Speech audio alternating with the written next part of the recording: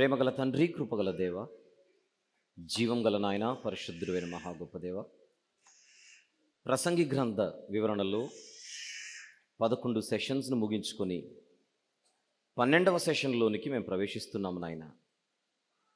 దీనులుగా, అయోగ్యులుగా, అసమర్థులుగా మీ వైపు ఎదురు చూస్తూ ఆశతో మీ ఆత్మ సహాయం కోసం వేడుకొనుచు, ఈ రాత్రి కూడా మా ఆత్మీయ జీవితాలకు అవసరమైన శ్రేష్టమైన సంగతులు మాకు నేర్పించమని, బలపరచమని, మా మనోనేత్రములను ఈ వాక్యము ద్వారా మరింత తండ్రి తెరవమని, వెలిగించమని వేడుకొనుచు, మీ ప్రియకుమారుడు, మా ప్రభు ప్రియరక్షకుడు నజరేయుడైన యేసుక్రీస్తు ప్రభువారి శిలువ మరణ బలియాగమును నెమరు వేసుకొనుచు, మా నిమిత్తం ఆయన చిందించిన శ్రేష్టమైన నిష్కలంకమైన రక్తమును జ్ఞాపకం చేసుకొని నెమరు వేసుకొనుచు, ఆ రక్తమును ఆశ్రయించి మాత్రమే మీ సన్నిధికి వస్తూ ఆయన యొక్క ఘనమైన నామములోనే కొన్ని విన్నపములు ప్రశస్తమైన మీ పాదముల చెంత పెట్టి సమర్పించి వేడుకొనుచున్నాము తండ్రి. ఆమెన్. ప్రభునందు ప్రియులారా, ప్రసంగి గ్రంథ వివరణలో 11 సెషన్స్ని మనం ముగించుకున్నాం. 12వ సెషన్లోనికి మనం వెళ్తున్నాం. గ్రంథ విభజనను ఒకసారి జ్ఞాపకం చేసుకుందాం. 12 అధ్యాయాలు కలిగినటువంటి పుస్తకం ఇది. దీన్ని 5 ప్రధాన భాగాలుగా విభజించుకున్నాం. ఆ 5 ప్రధాన భాగాలలో ప్రస్తుతం మనము 2వ ప్రధాన భాగంలో ఉన్నాం. అది 3, 4 మరియు 5 అధ్యాయాలు. ఈ 2వ ప్రధాన భాగాన్ని తిరిగి మనము 7 ఉపభాగాలుగా విభజించుకొని మాట్లాడుతున్నాం. ఆ 7 ఉపభాగాలలో ఇంతవరకు 5 ఉపభాగాలను మనం పూర్తి చేసుకున్నాం. ఆ 5 ఉపభాగాలు 3వ అధ్యాయము, 4వ అధ్యాయంలో పూర్తి చేసుకున్నాం. ఇప్పుడు మనము 6వ ఉపభాగంలోనికి ప్రవేశించబోతున్నాం. 6వ ఉపభాగం అన్నది ప్రసంగి గ్రంథము 5వ అధ్యాయము 1వ వచనము నుండి 7వ వచనం వరకు. ప్రసంగి గ్రంథము 5వ అధ్యాయము 1వ వచనము నుండి 7వ వచనం వరకు.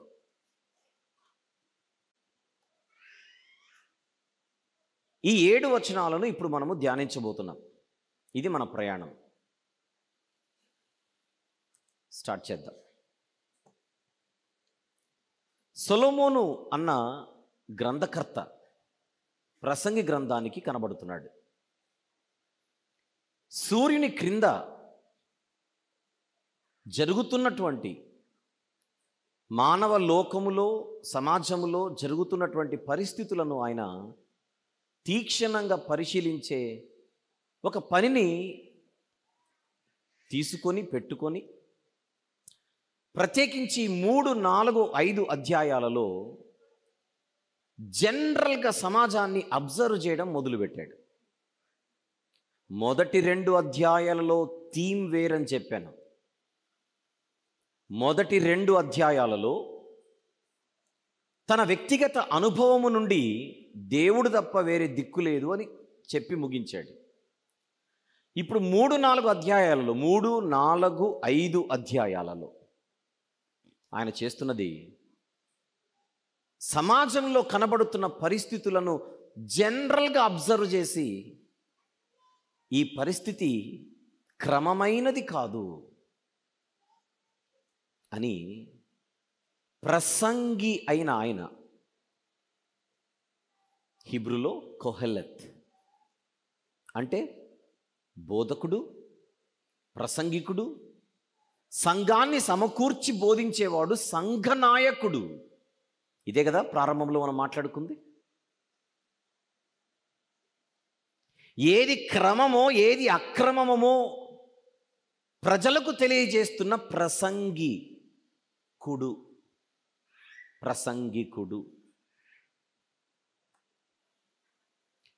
అలా ప్రత్యేకించి ఈ 3, 4 అధ్యాయాలు పూర్తి చేసుకుని ఇప్పుడు మనం 5వ అధ్యాయంలోనికి వెళుతుండగా గడిచిన 2 అధ్యాయాలలో క్రమము, అక్రమము అన్న ఈ 2 విషయాల గురించి ఆయన ఏం మాట్లాడాడు గుర్తు చేస్తాను. ఈ ప్రపంచం ఒక క్రమంగా, ఈ విశ్వముతో పాటు ఈ మానవ ప్రపంచంలో ఒక క్రమం కనపడుతోంది. అది నేను వివరించాను, లోపలికి వెళ్ళట్లా. అది దైవిక క్రమం. ఆ క్రమములోనే మనకు తెలియకుండానే మనం బతుకుతున్నాం. అలాగే అది మనకు 3వ అధ్యాయము మొదటి 8 వచనాలలో చూశాం. తర్వాత కష్టపడి పనిచేసి మనము బ్రతకడం, ఆహారాన్ని సంపాదించడం, ఇది కూడా దేవుడు ఏర్పరిచిన క్రమం. అది వ్యవస్థ. అది 3వ అధ్యాయము 9వ వచనం నుండి 15వ వచనం వరకు చూశాం. తర్వాత అలాంటి దైవిక క్రమము కలిగిన ఈ ప్రపంచంలో అన్యాయం ఎందుకుంది అని ఎవరికైనా ఒక ప్రశ్న తలెత్తితే దానికి సమాధానం 16వ వచనం నుండి 22వ వచనం వరకు చూశాం. ఇది మానవ తప్పిదం. ఎందుకంటే దేవుడు మానవుని ఫ్రీ మారల్ ఇండివిజువల్గా చేశాడు. ఫ్రీ విల్ ఇచ్చాడు. ఆ ఫ్రీ విల్ని అంటే స్వేచ్ఛా మనస్సును, స్వేచ్ఛాపరమైన మనస్సును జ్ఞానం ఇచ్చాడు, స్వేచ్ఛాపరమైన మనసు ఇచ్చాడు. దానిని సద్వినియోగపరుచుకోవడంలో మానవుడు ఫెయిల్ అయి ఈ భూమి మీద అన్యాయానికి తెరలేపాడు అని మాట్లాడుకున్నాం. అది అక్రమం. దేవుడిచ్చిన జ్ఞానాన్ని విందాం బాగా. దేవుడిచ్చిన జ్ఞానాన్ని, దేవుడిచ్చిన స్వేచ్ఛను, దేవుడిచ్చిన స్వతంత్రాన్ని సద్వినియోగపరచుకోకపోవడం అనేది అక్రమం. సూర్యుని క్రింద. ఆ 3వ అధ్యాయాన్ని ముగించిన తర్వాత ఇప్పుడు 4వ అధ్యాయంలో సాయంత్రం వేళ మనం మాట్లాడుకున్నప్పుడు ఆ 4వ అధ్యాయంలో మరొక 4 అక్రమాలను ఆయన చూపించాడు. అందులో ఒకటి, భూమి మీద బలవంతులు బలహీనులను అణచివేయడం. ఇది దేవుని సిస్టం కాదు, మానవుల అక్రమాలు. తర్వాత ఏ పని చేయకుండా ఉండడం, విపరీతమైన పనిలో మునిగి బతికేయడం. ఈ 2 కూడా మూర్ఖత్వం, బుద్ధిహీనత అని 4వ అధ్యాయంలో 2వ విషయంగా మనం మాట్లాడుకున్నాం. 2 రకాల మూర్ఖులు అని. తర్వాత సహవాసం అనేది లేకుండా భూమి మీద నేను ఒంటరిగా ఏకజీవిలాగా నేను బతికేస్తాను అని అనుకుంటే ఇది దేవుడు ఏర్పరిచిన వ్యవస్థకు భిన్నమైనది. అది మరొక రకమైన అక్రమం అని 4వ అధ్యాయంలో మాట్లాడుకున్నాం. అదే 4వ అధ్యాయంలో చిట్ట చివరిగా పాపులారిటీ కోసం ప్రాక్కులాడితే అక్రమం. ఇవన్నీ ఎందుకు చెప్పాను?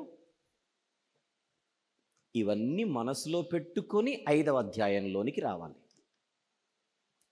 నేను రోజుకొక అధ్యాయం చదివేసి వెళ్ళిపోతాను, నిన్నేం చదివానో ఈరోజు నాకు గుర్తు లేకున్నా పర్వాలేదంటే విషయం అర్థం కాదు.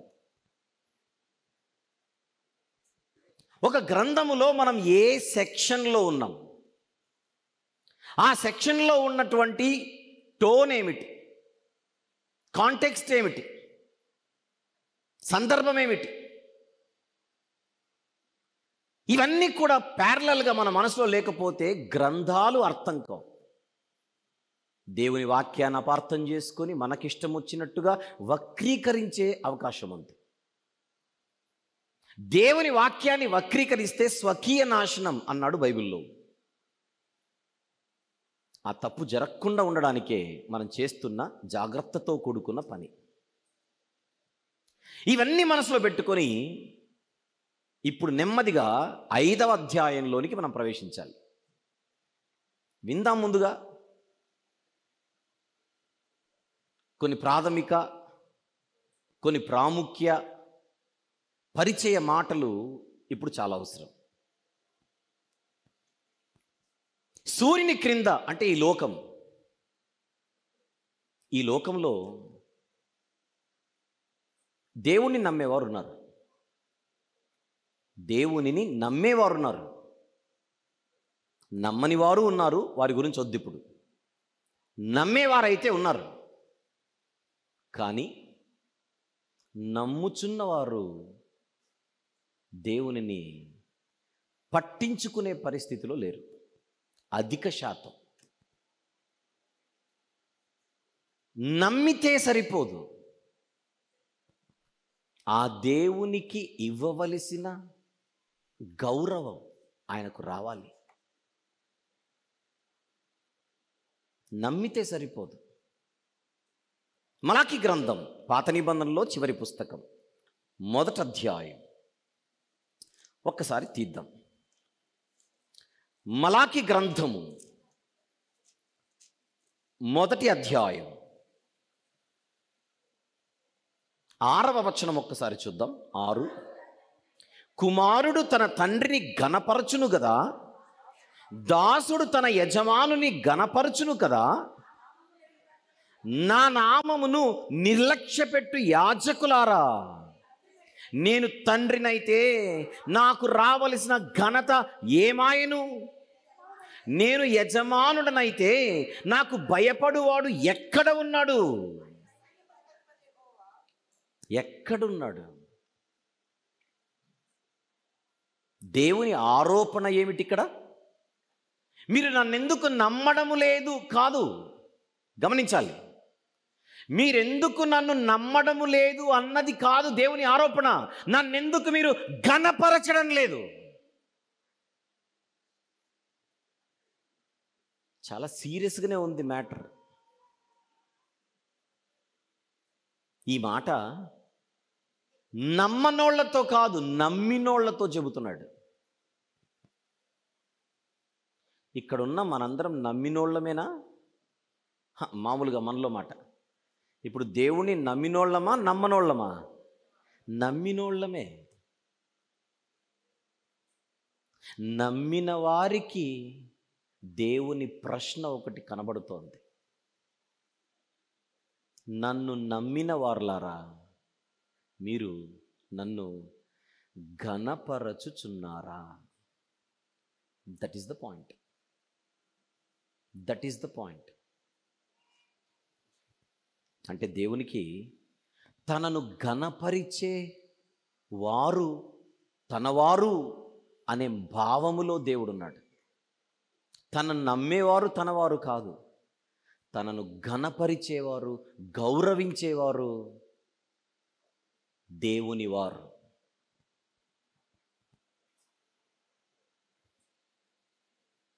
నేను యజమానుడనైతే నాకు భయపడువాడు ఎక్కడున్నాడు? నేను తండ్రినైతే నాకు రావలసిన ఘనత ఏమాయను?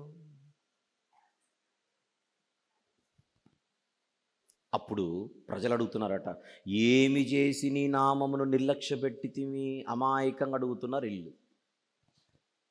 ఏంటి ప్రభువా, నీకు ఘనత రాలేదా? నీకు మేము ఘనత ఇవ్వలేదా? నీ నామాన్ని నిర్లక్ష్య పెట్టామా? 6వ వచనంలో ప్రారంభపు మాట, నా నామమును నిర్లక్ష్య పెట్టుచున్నారు మీరు. నిర్లక్ష్య పెట్టడం, నిర్లక్ష్య పెట్టడం. నిర్లక్ష్య పెట్టడం అంటే తెలుగులో ఇంకొక పర్యాయ పదం చెప్పండి. నిర్లక్ష్య పెట్టడం అంటే తెలుగులో ఇంకొక పర్యాయ పదం చెప్పండి. లెక్క చేయకపోవడం, లెక్క చేయకపోవడం, పట్టించుకోకపోవడం.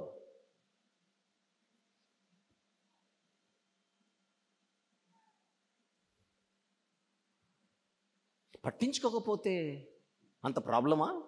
పట్టించుకోకపోతే అవమానపరిచినట్ట? మన ఇంటికి అప్పుడప్పుడు పెద్దోళ్ళు వస్తుంటారు. పెద్దవాళ్ళు వచ్చినప్పుడు మన ఇంటిలోని పిల్లలు వారిని పలకరిస్తే వాళ్ళు దానిని ఇష్టపడతారు. కళ్ళెదురుగా వాళ్ళు కనబడుతున్నా పట్టించుకోకుండా పిల్లలు వెళ్ళిపోతుంటే వీళ్ళకు మర్యాదలు లేవు అనుకుంటారు. పెద్దలను గౌరవించడం.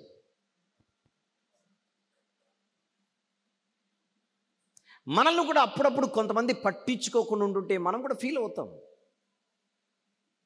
అవమానంగా ఫీల్ అవుతాం. కానీ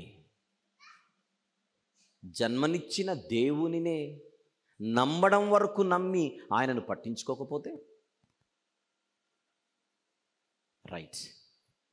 ఈ ఆరోపణ ఒకనాడు ఒక జాతి వారి ముందు దేవుడు పెట్టాడు. అప్పుడు వాళ్ళు అడిగారు, మేమెప్పుడు నిర్లక్ష్యం చేశాం, మేమెక్కడ నిర్లక్ష్యం చేశాం, మేము ఎలా నిర్లక్ష్యం చేశాం అని ఆ రోజు వాళ్ళు అడిగారు. ఈరోజు మనము అడుగుదాం. ఎందుకంటే మనము కూడా సూర్యుని క్రిందనే బతుకుతున్నాం.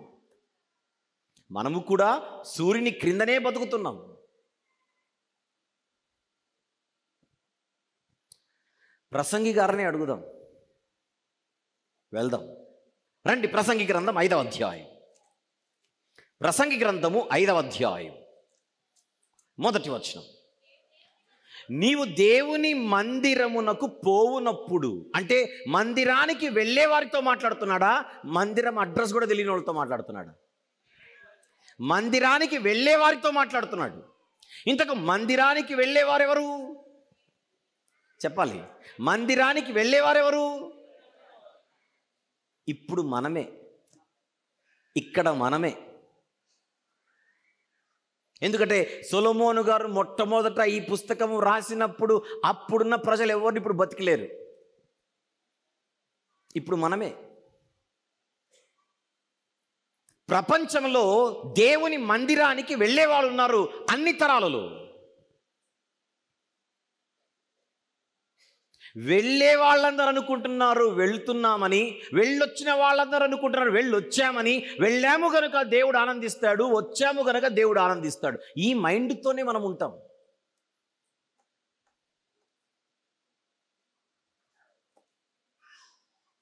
మందిరానికి వెళ్ళడం ఇంపార్టెంట్, కానీ నీవు దేవుని మందిరమునకు పోవునప్పుడు నీ ప్రవర్తన చాలా ముఖ్యం. ఈరోజు ఈ రాత్రి ఈ 5వ అధ్యాయం ప్రారంభించి ఉండగా, ఈ 5వ అధ్యాయంలో ఈరోజు ఈ రాత్రికి నేను ఒక 5 విషయాలు మీతో పంచుకోవాలనుకుంటున్నా. ఆన్ ద స్క్రీన్ ఎన్ని విషయాలు? 5 విషయాలు. 5 విషయాలు మాట్లాడుకొని ఆమెనని వెళ్ళిపోదాం అంతే. 5 విషయాలు మాట్లాడుకొని వెళ్ళిపోదాం. అందులో ఒకటి మన ప్రవర్తన. ఆన్ ద స్క్రీన్ ప్లీజ్ చూడండి. Our attitude.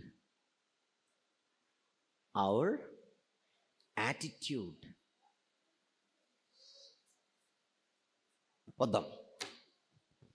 నీవు దేవుని మందిరమునకు పోవునప్పుడు నీ ప్రవర్తన జాగ్రత్తగా చూసుకోనుము.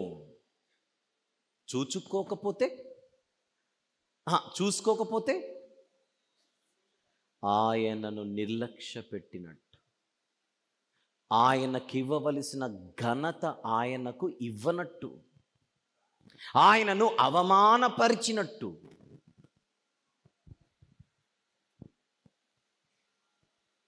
తిమోతి గారికి రాసిన మొదటి పత్రిక ఒకసారి వెళ్దాం. 3వ అధ్యాయం.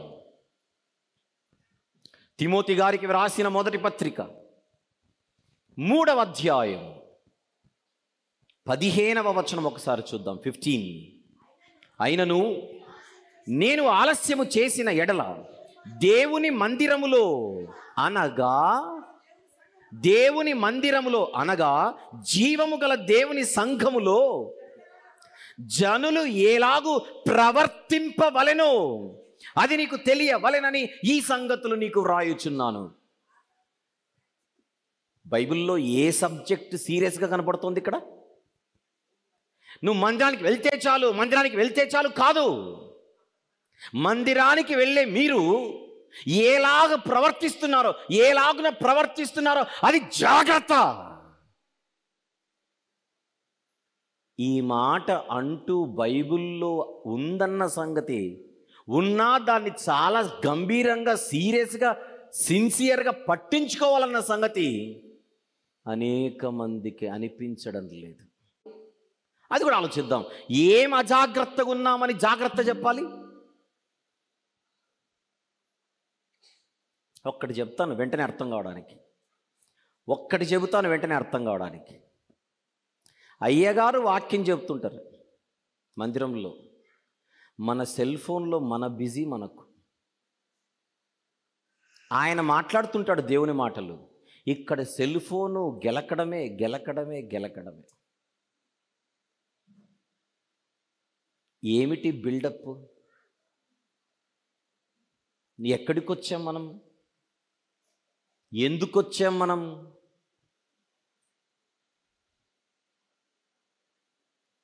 మీటింగ్లో నేను కూడా మొబైల్ వాడుతున్నా, ఎందుకంటే వాళ్ళకి పంపడానికి ఏం చూపించాలో కౌంటర్ పడకూడదని చెప్తున్నా. అంటే మీకు ఏం చూపిస్తే అర్థమవుతుందో నేను అక్కడ చెప్పాలిగా.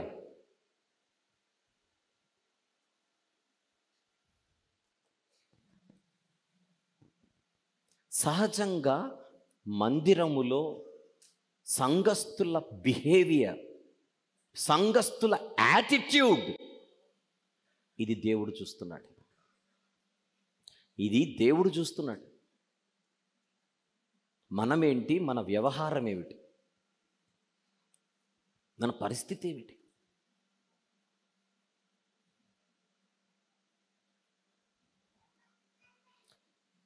మీటింగ్స్కి వస్తారు. ఇలాంటి మీటింగ్సే, ఓపెన్ మీటింగ్స్ కూడా జరుగుతుంటాయి. కొంతమంది ఎందుకు వస్తారు అని అడిగితే, ఈ మధ్యకాలంలో 2-3 సార్లు చెప్పాను ఈ మాట. మీటింగ్కి రావడానికి కూడా లెక్కలు ఉంటాయి. అందులో ఒక లెక్క చెప్పనా? ఫోన్లో ముందే అపాయింట్మెంట్లు అయిపోయి ఉంటాయి, ప్లానింగ్లు అయిపోయి ఉంటాయి. ఏమని? మనం చాలా కాలమైంది కలవక, ఎక్కడ కలుద్దాం, ఎప్పుడు కలుద్దాం, అది ముచ్చట. ఎక్కడో కలవడం ఏమిటి? మీటింగ్లు ఉన్నాయిగా, రా. ఇప్పుడు ఫోన్లో యువతలాయన అవతలాయన, యువతలావిడ అవతలావిడ, అందరూ ప్లాన్ చేసుకొని చక్కగా అక్కడికి వచ్చి, ఎందుకు వచ్చారని అడిగితే కలవడానికి. చాలా కాలమైంది చూడడానికి, చాలా కాలమైంది ముచ్చట్లు పెట్టుకోవడానికి. మీటింగ్కి వచ్చి ముచ్చట్లు పెట్టుకునే వాళ్ళు కూడా ఎందుకు లేరంటారు చెప్పండి? ఉన్నారో లేదో మీరు చెప్పండి. పెద్ద గ్రౌండ్లో మీటింగ్ జరుగుతుంటుంది, చక్కని వాక్యం వినపడుతుంటుంది, వెనకల కాలు మీద కాలు వేసుకొని ఒక నిర్లక్ష్యంగా బాడీ లాంగ్వేజ్ ఒకటి.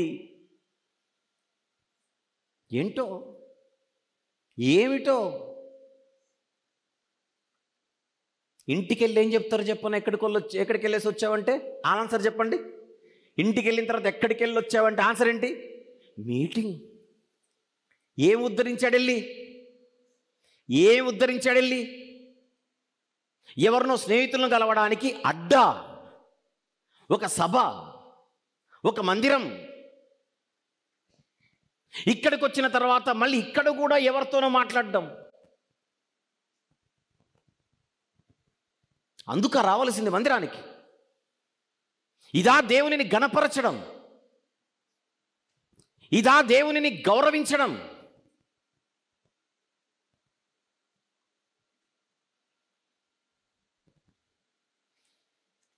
నీవు దేవుని మందిరమునకు పోవునప్పుడు నీ ప్రవర్తన జాగ్రత్త. ప్రవర్తన మాత్రమే కాదు, అన్నిటిలోనూ, మన అపియరెన్స్లోనూ. ఇప్పుడంటే 6 రోజులు పండుగలు కనుక అందరం ఇక్కడే ఉంటున్నాం కనుక ఇది వదిలేయండి, జనరల్గా మాట్లాడుతున్నాను. దేవుని మందిరానికి టీషర్ట్లు వేసుకొని వెళ్ళకూడదు. ఎప్పుడు చక్కగా షర్ట్ వేసుకొని వెళ్ళాలి, క్యాజువల్గా రావడం, ఈజీగా తీసుకొని రావడం. ఉద్యోగాలు చేసేటప్పుడు కూడా డ్రెస్ కోడ్ ఉంటుంది ఒకటి. పలానా డ్రెస్తో నువ్వు కనపడకూడదు. బిహేవియర్. ఒక యవనస్తుడికి ఒక కన్నే కనపడుతుంది ఏ యాంగిల్లో చూసినా. ఎందుకు అని అడిగితే జుట్టంతా కవర్ అయింది ఒక కన్నుకు. అది స్టోరీ. జాలిపడాలో బాధపడాలో వాడి పరిస్థితి ఏమిటో ప్రతిసారి అట్లా అంటాడు. అంటే ఇది వెళ్ళి అక్కడ పైకి లేతే మళ్ళీ అలాగనే అల్లబడిపోతుంది. మళ్ళీ అంత చావెందుకు? కత్తెరేగా. 100 సార్లు జుట్టును అనుకోవాలి, 100 సార్లు అనుకోవాలి, 100 సార్లు అనుకున్నది వినదు. ఏమిటి కర్మ? చాలామంది సేవకులు ఉన్నారు, పెద్దలు. నేను ఒక సలహా ఇస్తాను, మీరు వీలైతే తీసుకోండి. మీ మందిరాలలో ఎవరైనా యవనస్తులు సరైన కటింగ్ చేసుకోకుండా, ప్రాపర్ హెయిర్ కట్ లేకపోతే సంఘంలో వసూలు చేయండి. ఒక 50 రూపాయలు, తలా ₹1 రూపాయి ఎంత పోగు చేసి వాడికి ఇవ్వండి. ఒరే నాయన, పాపం నీ చూస్తుంటే బాధ అవుతుంది, మాకు అర్థమైంది నీ సిచ్యువేషన్, అడగలేవు పాపము, అందుకే పోగు చేసాం, వెళ్ళురా నాయనా, నిన్ను చూడలేకపోతున్నామని. చినిగిపోయిన ప్యాంట్లు కిందబడి కాదు, కొనుక్కొని డబ్బులిచ్చి చినిగిపోయిన ప్యాంట్లు. ఎక్కడికి వస్తున్నాం, దేనికి వస్తున్నాం, పరిస్థితి ఏంటి? ఇదా బిహేవియర్, ఇదా యాటిట్యూడ్? భయం ఉండొద్దు, భయం ఉండొద్దు. 5 విషయాలు చెబుతానన్నాను. పార్కుకు వచ్చినట్టుగా వచ్చి కూర్చొని వెళ్ళిపోతే కుదరదు. దేవుని దగ్గరకు వచ్చి, హోటల్కి వచ్చి కూర్చొని వెళ్ళిపోయినట్టుగా వచ్చి క్యాజువల్గా కాళ్ళు సాపుకొని వెళ్ళిపోతే కుదరదు. భయం, భయం, భయం అంటే రాక్షసుడికి, పాముకి, వీళ్ళకి భయపడుతున్న ఈ భయం కాదు. అమ్మో తినేస్తారేమో, అమ్మో చంపేస్తారేమో, అది కాదు. దేవుడంటే గౌరవముతో కూడుకున్న భయం. ఇంట్లో మా నాన్న ఉన్నాడు, మేము గట్టిగా మాట్లాడాము అంటే చంపేస్తాడని కాదు. ఇక్కడ నాన్నకిచ్చే రెస్పెక్ట్, అది నాన్నకిచ్చే రెస్పెక్ట్ అది. మరి దేవునికి ఇవ్వద్దు రెస్పెక్ట్?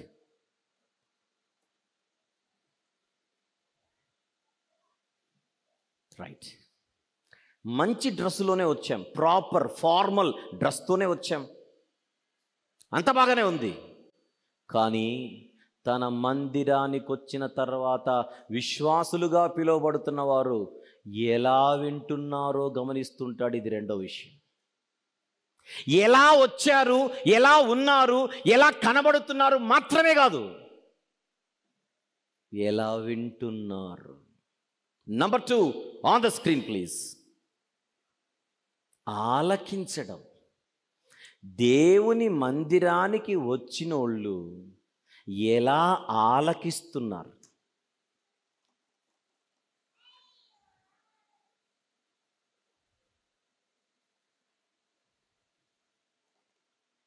చూస్తామా? చూద్దాం. నీవు దేవుని మందిరమునకు పోవునప్పుడు, మొదటి వచనం, నీ ప్రవర్తన జాగ్రత్తగా చూచుకొనుము. నెక్స్ట్ మాట, బుద్ధిహీనులు అర్పించినట్లుగా బలి అర్పించుట కంటే సమీపించి ఆలకించుట శ్రేష్టము. బలులు అర్పిస్తే కుదరద్దు, వినాలి. అంటే అంటే లోపలికి వచ్చిన వాళ్ళు ఎలా వింటున్నారు, ఎలా వింటున్నారు.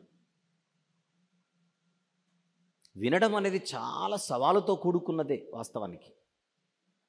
ఎందుకంటే బాడీనే ప్రజెంట్, మైండ్ ఏమో యాబ్సెంట్. ఎక్కడెక్కడో ప్రపంచమంతా తిరుగుతుంటుంది మనసు.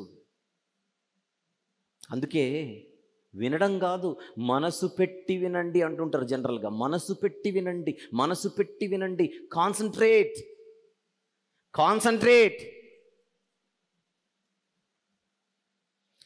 ఒక పెద్ద అధికారి మనతో మాట్లాడుతుంటే తలకాయలు అటు దిప్పు ఇటు దిప్పి, అటు దిప్పు ఇటు దిప్పి మాట్లాడుతుంటే వింటుంటే చక్కగా వినంటాడు. ఫస్ట్ చెప్పింది చక్కగా విను.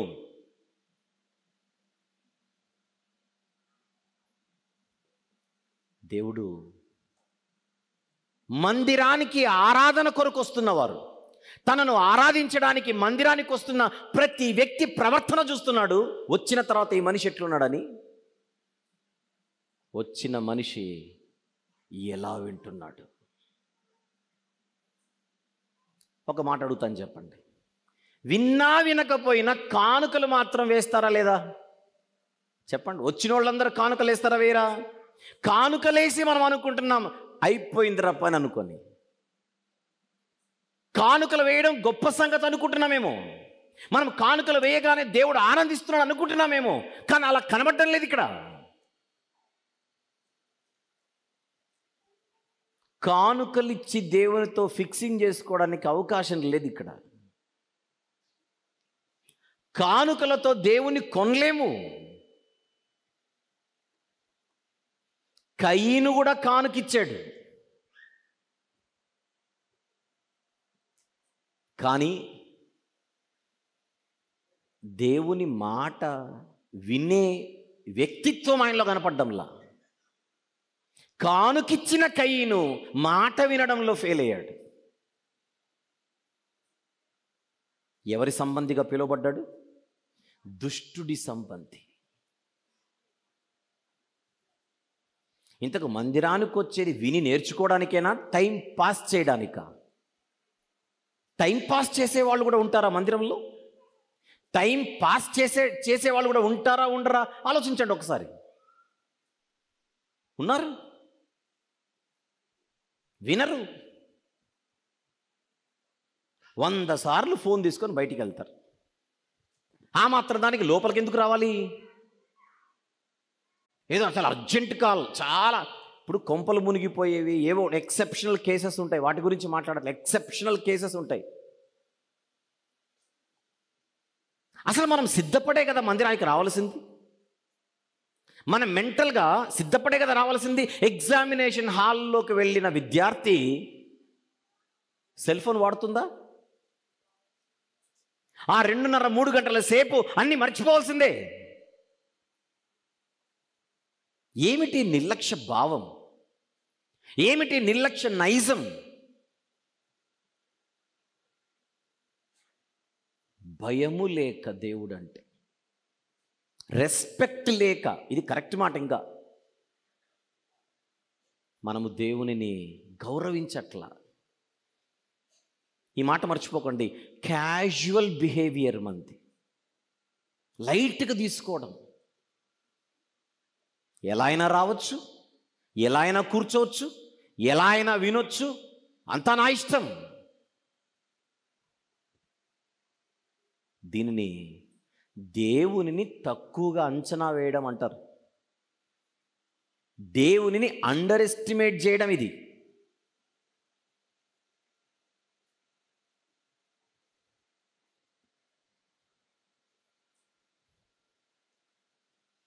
సమూయేలు మొదటి గ్రంథం 15వ అధ్యాయం ఒకసారి చూద్దాం. సమూయేలు మొదటి గ్రంథము 15వ అధ్యాయం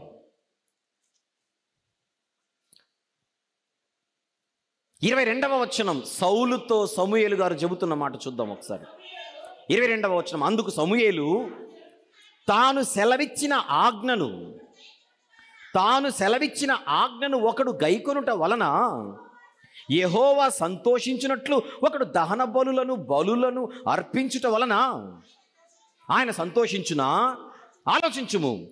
బలులు అర్పించుట కంటే ఆజ్ఞను గైకొనుటయు, పొట్టేళ్ల క్రొవ్వు అర్పించుట కంటే మాట వినుట శ్రేష్టము. వినాలి.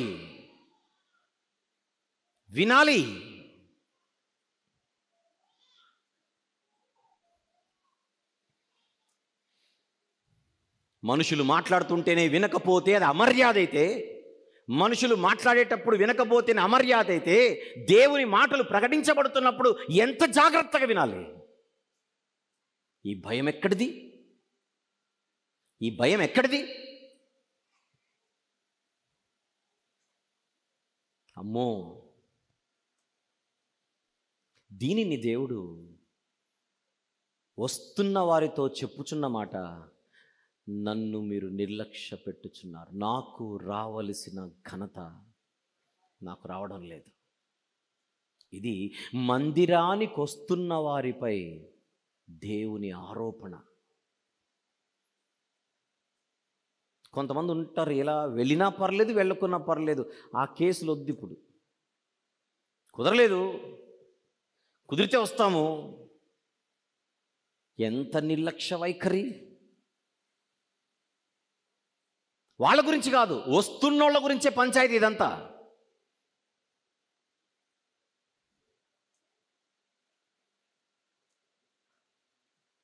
మనం ఎప్పుడైనా ఈ తప్పులు చేసామంటారా? మనం ఎప్పుడైనా తప్పులు చేసామా? నిర్లక్ష్యంగా మందిరంలో వ్యవహరించడం, నిర్లక్ష్యంగా క్యాజువల్గా మందిరంలో మన ప్రవర్తన కనబడ్డం, సగము విని సగం వినకపోవడం. ఇది చూడండి, సరిగ్గా వినకపోవడం అంటే సగము విని సగం వినకపోవడం.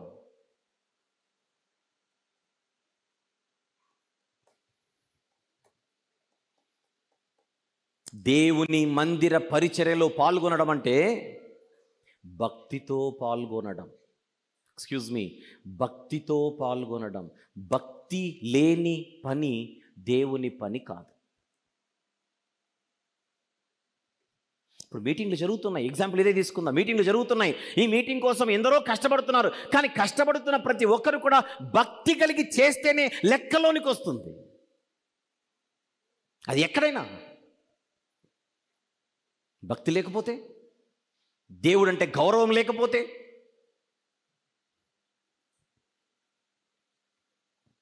మందిరంలో కూడా ఎందరో పరిచారకులు ఉంటారు. మన మందిరాలలో మందిర పరిచారకులు, సంఘ పరిచారకులు, సేవకుల నుండి విశ్వాసుల వరకు, విశ్వాసుల నుండి పరిచారకుల వరకు అందరూ కూడా భక్తి కలిగి పాల్గొంటేనే అది దేవుని లెక్కల్లోనికి వస్తుంది. లేదంటే నో కన్సిడరేషన్. ఆయన పరిగణలోనికి ఇవన్నీ రావు. పైపెచ్చు ఆయనను అవమానపరుస్తున్నట్టు మనం అనుకుంటున్నాం, ఆరాధిస్తున్నామని.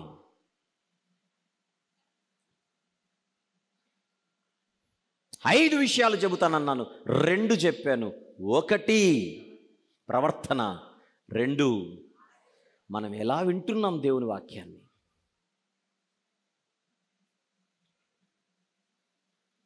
మూడోది చెప్పే ముందుగా ఒక మాట చెప్తాను. కొంతమంది మందిరములోను మీటింగ్స్లోను బబుల్ గమ్ తింటుంటారు. బబుల్ గమ్ నములుతుంటారు. ఈ అలవాటు ఎవరికైనా ఉంటే మానుకోవాలి. యాటిట్యూడ్ కిందికి వస్తుంది. అది యాటిట్యూడ్ కిందికి వస్తుంది.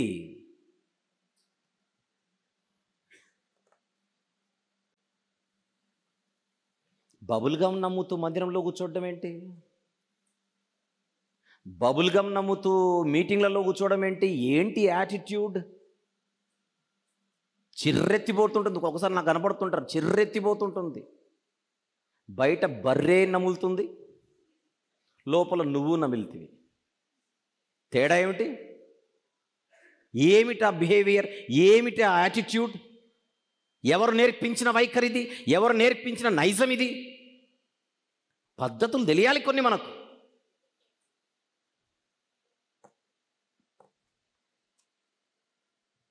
మూడు చూడండి స్క్రీన్ పై.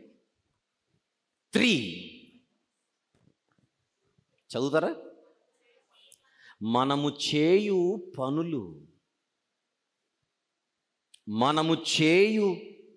పనులు ఎక్కడ చేసే పనులు? ఎక్కడ చేసే పనులు?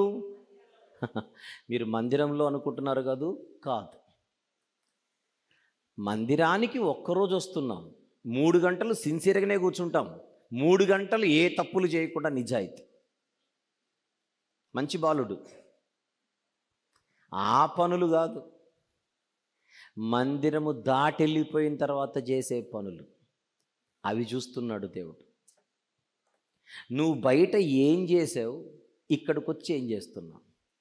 బయట నీ బతుకేమిటి, లోపల నీ పరిస్థితి ఏమిటి?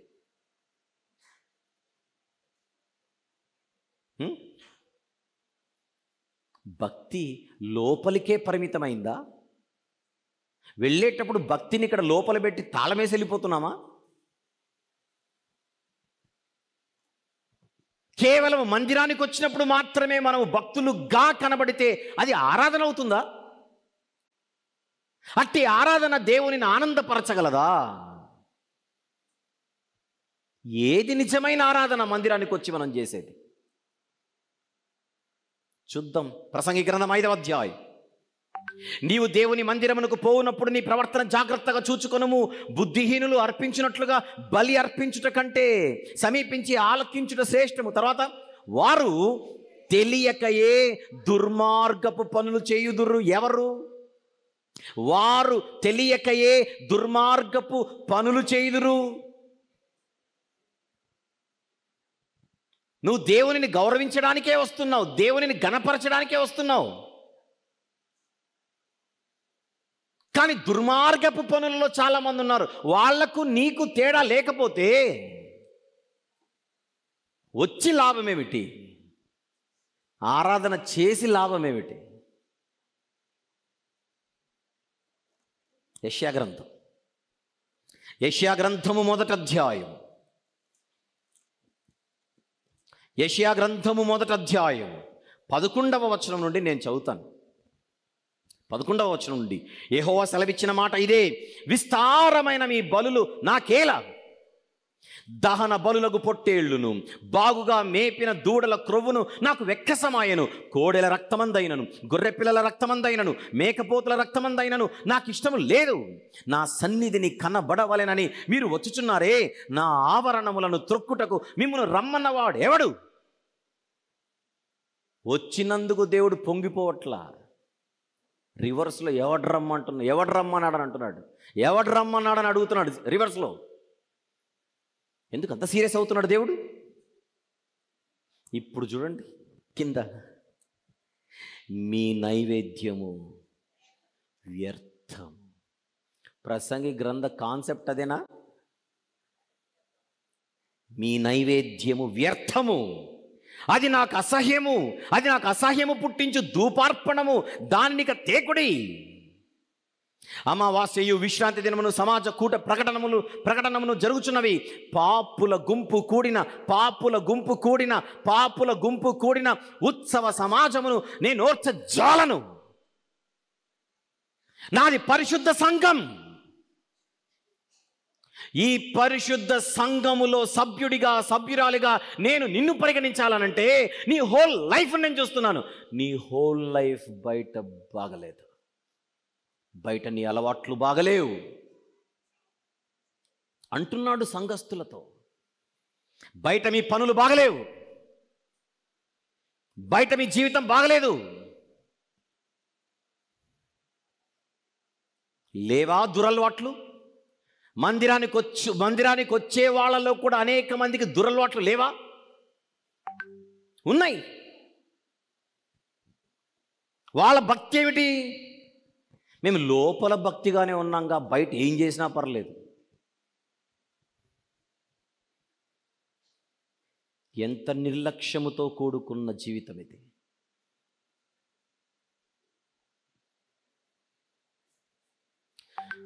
పాపుల గుంపు కూడిన ఉత్సవ సమాజమును నేను ఓర్చజాల. సుమారు ఒక 200 సంవత్సరాల క్రిందట, 150-200 సంవత్సరాల కిందట ఈ ప్రపంచములో ఒక క్రైస్తవ సిద్ధాంతము పుట్టుకొచ్చింది. దాని పేరు లిబరల్ థియాలజీ. ఏమిటది? Liberal theology. వారిని లిబరల్ క్రిస్టియన్స్ అంటారు. వాళ్ళ సిద్ధాంతాలు ఏంటో చెప్పనా? మనం ఎలా బతికినా పరలోకానికి వెళ్తాం. ఎందుకంటే దేవుడు ప్రేమామయుడు. ప్రేమించేవాడు ఎప్పుడైనా గద్దిస్తాడా? ప్రేమించేవాడు ఎప్పుడైనా శిక్షిస్తాడా? లాజిక్ చూడండి. ఈ మాటలు భలే కమ్మగా ఉంటాయి. ఎందుకు? ఎలా బతికినా పర్వాలేదనే మాట ఒక సాధారణ మనిషికి ఎనర్జీనే. స్వీట్లు తిన్నా పర్వాలేదని చెప్పే డాక్టరే మనకు మంచోడు. షుగర్ ఉన్న లోపల తినొద్దని చెప్పేవాడు మనకెప్పుడు చెడ్డోడే.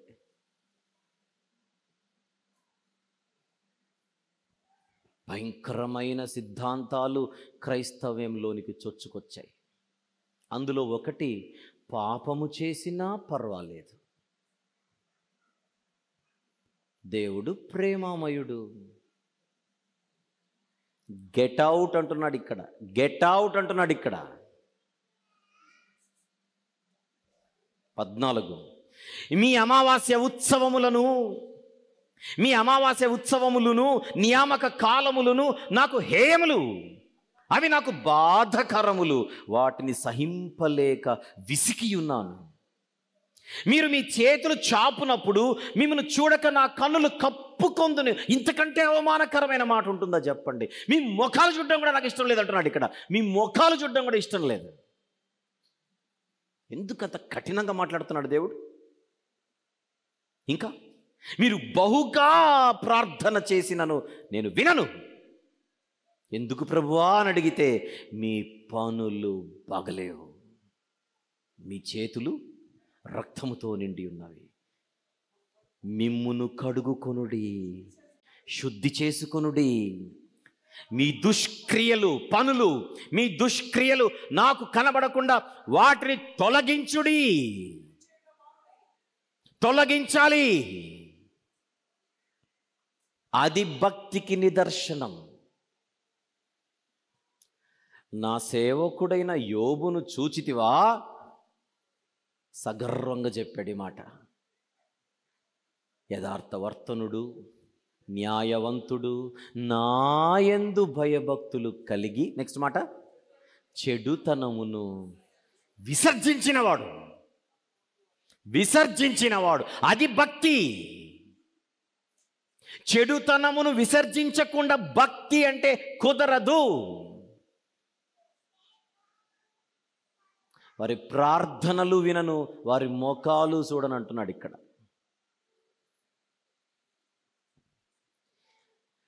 ఈ భయం ఎక్కడిది? ఈ జాగ్రత్త ఎక్కడిది? ఎంత సింపుల్గా, ఎంత క్యాజువల్గా అలా వచ్చి అలా కూర్చొని అలా వెళ్ళిపోవడం అంతే.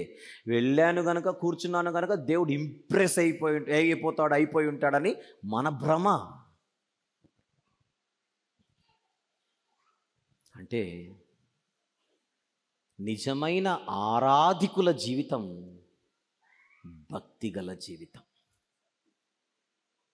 భక్తి లేని జీవితం, పరలోకానికి మనల్ని నడిపించే శక్తి లేని జీవితం. అది నడిపించలేని పరలోకానికి మనల్ని చేర్చలేని శక్తి లేని జీవితం అది.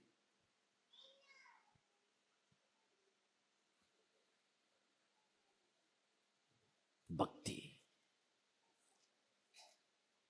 ఏమంటున్నాడు ప్రసంగి గ్రంథంలో? దుర్మార్గపు పనులు.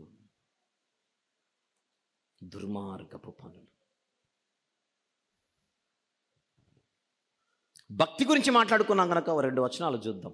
సామెతల గ్రంథం 15వ అధ్యాయం. సామెతల గ్రంథం 15వ అధ్యాయం 8వ వచనమా?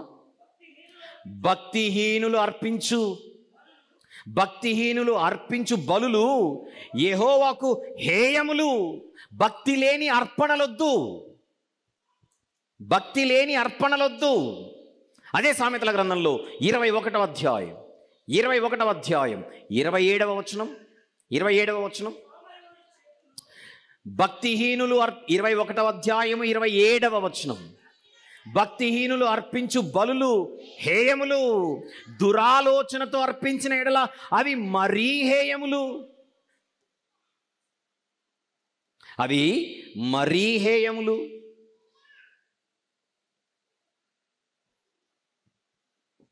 భక్తి, నాకు కావలసింది భక్తి.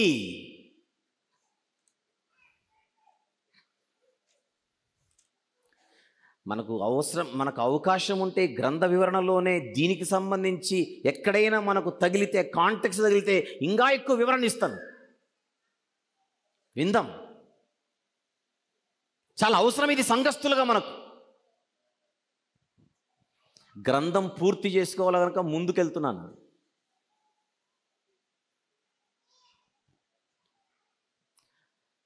ముందుకెళ్ళాలి, తప్పదు.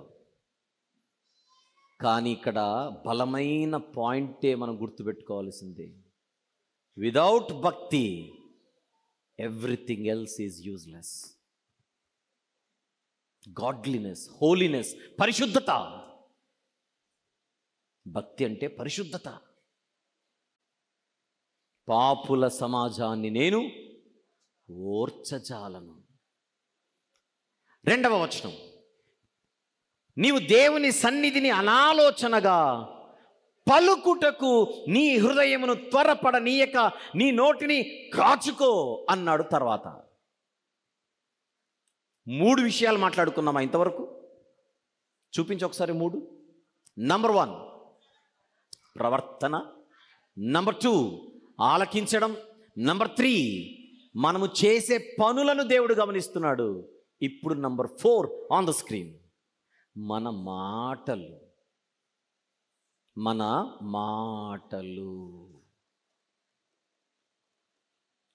నీవు దేవుని సన్నిధిని అనాలోచనగా పలుకుటకు నీ హృదయమును త్వరపడనీయక నీ నోటిని కాచుకో. దేవుడు ఆకాశమందున్నాడు, నీవు భూమి మీద ఉన్నావు, కావున నీ మాటలు కొద్దిగా ఉండాలి. ముఖ్యంగా ఎవరి విషయంలో కొద్దిగా ఉండాలి? దేవుని విషయంలో కొద్దిగా ఉండాలి. ఏది పడితే అది మాట్లాడకూడదు దేవుని గురించి, ఎలా పడితే అలా మాట్లాడకూడదు దేవుని గురించి, ఏ స్టేట్మెంట్ పడితే ఆ స్టేట్మెంట్ దేవుని గురించి ఇవ్వకూడదు. దేవుడు అనే పదం ఊత పదం కాదు, భయముతో ఉపయోగించవలసిన పదం అది, భయముతో వాడాల్సిన పదం అది.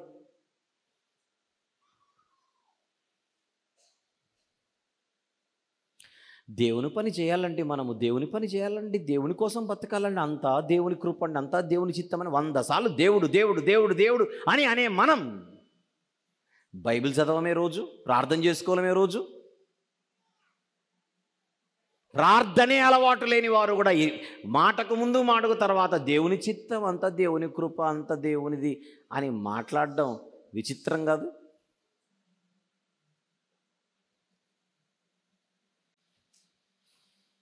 నీ నోటిని కాచుకో, ఎలా పడితే అలా మాట్లాడుకో దేవుని గురించి. ముఖ్యంగా ప్రార్థనలు, ఇక్కడ ముఖ్యంగా ప్రార్థనలు, దేవునితో మాట్లాడేటప్పుడు.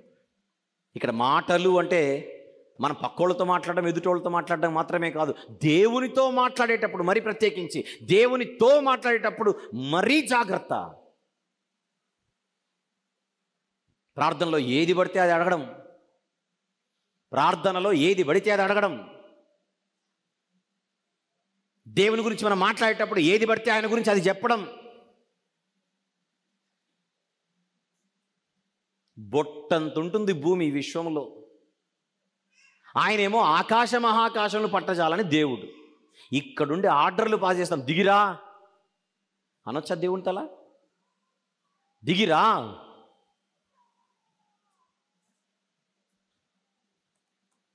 ఒక ఆవిడ సాక్ష్యం చెబుతోంది టెస్టిమనీ పేరుతో, చూడండి ఎంత భయంకరము. ఆమెతో ప్రతిరోజు యేసుప్రభు మాట్లాడతారట ఇంటికి వచ్చి. ఆమె చెబుతోంది, ఆమెతో ప్రతిరోజు యేసుప్రభు మాట్లాడతారట. ఒకరోజు ఆమె వంట చేస్తుంటే యేసుప్రభు కిచెన్లో కూర్చొని మాట్లాడుతున్నాడట ఆమెతో.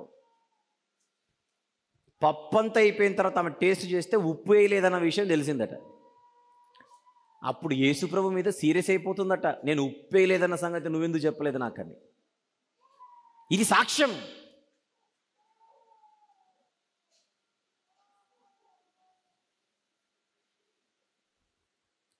భ్రమ, కలలు గన్నది. నోటికి కళ్ళెము వేయకుండా నోటికి ఏదొస్తే అది మాట్లాడడం ముందుకెళ్ళిపోతే తప్పుల మీద తప్పులు, తప్పుల మీద తప్పులు, తప్పుల మీద తప్పులు, విస్తారమైన మాటలలో దోషముండక మానదు. మన నోటిని కాచుకుంటే మనల్ని కాపాడుకుంటామట, బైబిల్ చెప్తోంది అది.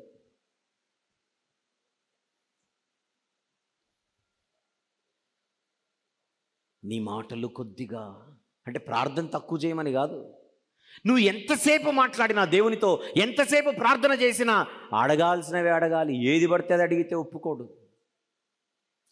యోహాను గారు రాసిన మొదటి పత్రికలో మనకున్నటువంటి ఇన్స్ట్రక్షన్ ఏమిటి ప్రార్థన గురించి? యోహాను గారు వ్రాసిన మొదటి పత్రిక 5వ అధ్యాయం 14వ వచనం, 14వ వచనం, ఆయనను బట్టి మనకు కలిగిన ధైర్యం ఏదనగా ఆయన చిత్తానుసారముగా మనం ఏది అడిగినను ఆయన మన మనవి ఆలకించుననున్నది. ఎలా అడగాలి? కండిషన్ ఏంటి?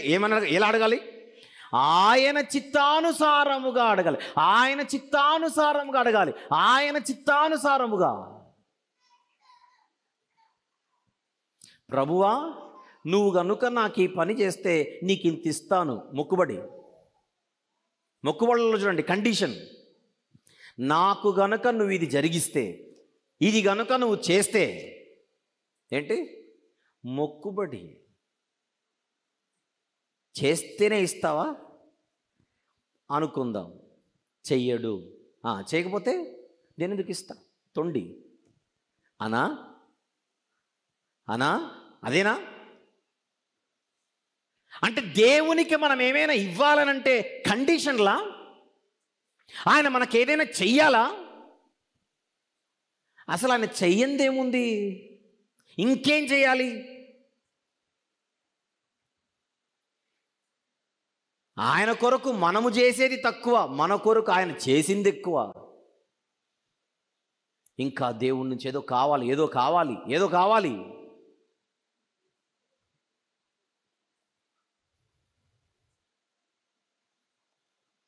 అవసరం కనుక ఇక్కడ మళ్ళీ నేను గుర్తు చేస్తాను. విద్యార్థులు చేసే ప్రార్థనలు చాలా విచిత్రంగా ఉంటాయి. నన్ను పరీక్షలో పాస్ చేయి ప్రభువా, 116 నీకే అంటాడు. ఇది ఒక మొక్కుబడి. 6 సబ్జెక్టులు ఉంటాయి. పొరపాటున వాడు ఒక్కటి ఫెయిల్ అయ్యాడు అనుకోండి, ఇంకా 100కు దిక్కులేదు. ఇప్పుడు కండిషన్ ఏంటి? సెల్ ఫోన్ ఆఫ్ చేద్దాం ప్లీజ్. సెల్ ఫోన్ ఆఫ్ చేయండి. పాస్ అయితేనే, అది 6 సబ్జెక్టులు పాస్ అయితేనే దేవునికి 100 రూపాయలు. 5 పాస్ అయ్యి 1 పోయింది అనుకోండి, 100 వీడిదే.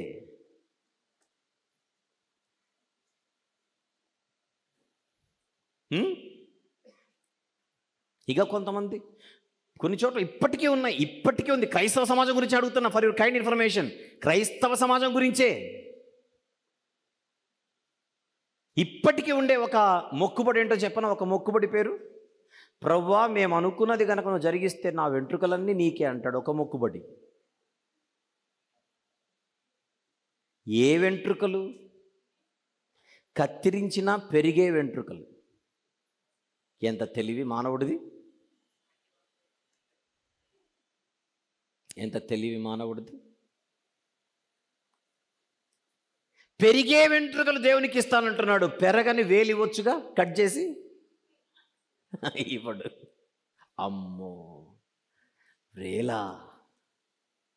నేనా?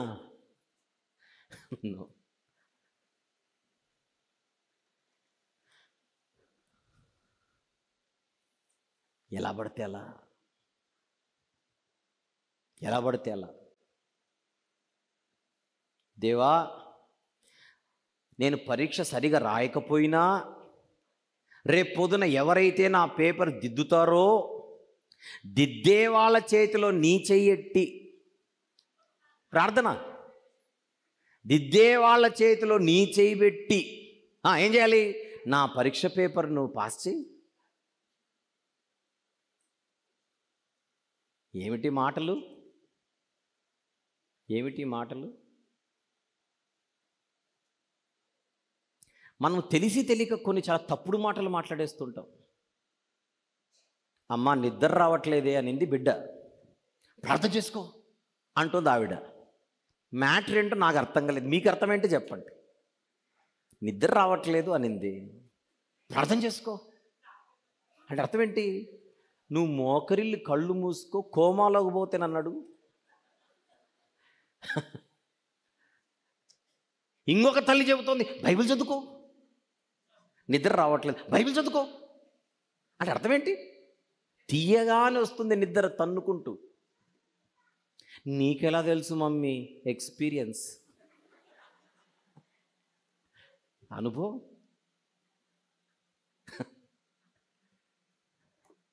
తల్లికి అనుభవం, పిల్లకు పాఠాలు. నిద్ర ఎలా వస్తుందంటే బైబిల్ చదువుకోవాలా? అలా మాట్లాడొచ్చా? అలా చెప్పొచ్చా? పబ్లిక్ ఎగ్జామ్, ఫైనల్ ఎగ్జామ్ రాయడానికి కొడుకు బయలుదేరాడు ఇప్పుడే. ఫైనల్ పరీక్ష రాయడానికి, బడి పరీక్ష, 10వ తరగతి పరీక్ష రాయడానికి బయలుదేరుతుంటే అమ్మనో నాన్నో వచ్చి అడుగుతున్నారు, ఒరే బైబిల్ చదివావా? ఇప్పుడెందుకు ఆ మాట అడుగుతున్నారు? మీరు చెప్పండి, ఇప్పుడెందుకు ఆ మాట అడుగుతున్నారు? నువ్వు బైబిల్ ఈరోజు చదివి వెళ్తే దేవుడు ఇంప్రెస్ అయిపోయి నీకు సహాయం చేసి నీకేమి రాకపోయినా ఎక్కడి నుంచో చూపించి నేను పాస్ చేస్తాడు. మరి వాడలేదు బైబిల్ పరీక్షగా 10వ తరగతి పరీక్షగా? 10వ తరగతి పరీక్ష రాయడానికి వెళ్ళేటోడిని బైబిల్ చదివామని అడుగుతాడేంటి? అలా వాడుకోవాలి బైబిల్ని, అలా వాడుకోవాలి.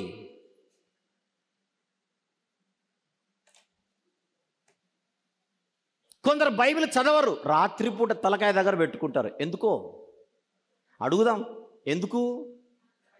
గట్టిగా చెప్పండి. నేను చెప్పనా? దయ్యాలు రాకూడదని అసలు కథ. తలకాయ దగ్గర బైబిల్ ఎందుకు పెడతారంటే దయ్యాలు రాకూడదని. మీకు ఒక నిజం చెప్పమంటారా? బైబిల్ ఉంటేనే దయ్యం వస్తుంది, జాగ్రత్త. బైబిల్ ఉంటేనే దయ్యం వస్తుంది. ఎందుకు? మన దగ్గర బైబిల్ ఉండడం వాడికి ఇష్టం లేదుగా. అర్థమైంది పాయింట్? మన దగ్గర వాక్యం ఉండడం వాడికి ఇష్టం లేదు, వస్తాడు. నాకు ఇష్టము లేని బైబిల్ నువ్వు తలకాయ దగ్గర పెట్టుకుంటేవే నిన్ను వదల.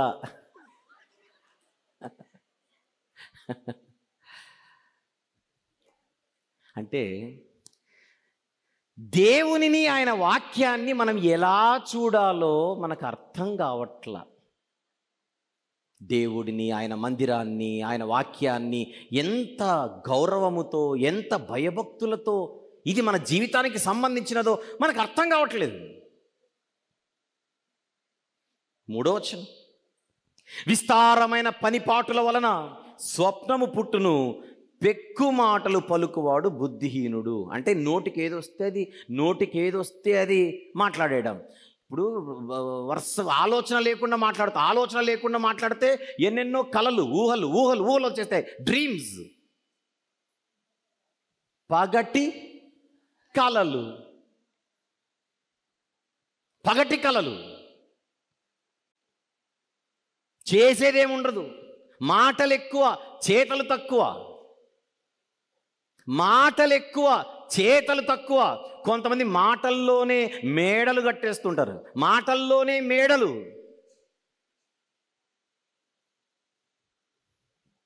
లాభం ఏంటి? అది చేసేద్దాం, ఇది చేసేద్దాం, అది దున్నేద్దాం. ప్రత్యేకించి మందిరానికి రాగానే ఆ వాతావరణంలో ఆ కాసేపు వేడి మనకు తగలగానే ఇంకా దునియాను దున్నేద్దాం అంటాడు. ఇక్కడ పాస్టర్ గారి దగ్గరకు వచ్చి, అయ్యగారు నిజంగా అద్భుతం అండి, ఎలా అసలు మన సభలు కానీ సదస్సులు కానీ అబ్బో భలే జరిగాయండి. ఈసారి మీరు ఏమైనా పెడితే నాకు చెప్పండి ముందు. మాటలు కోటలు. బయటికి వెళ్ళిన అరగంటకు చల్లబడిపోయి ఉంటాడు మనిషి.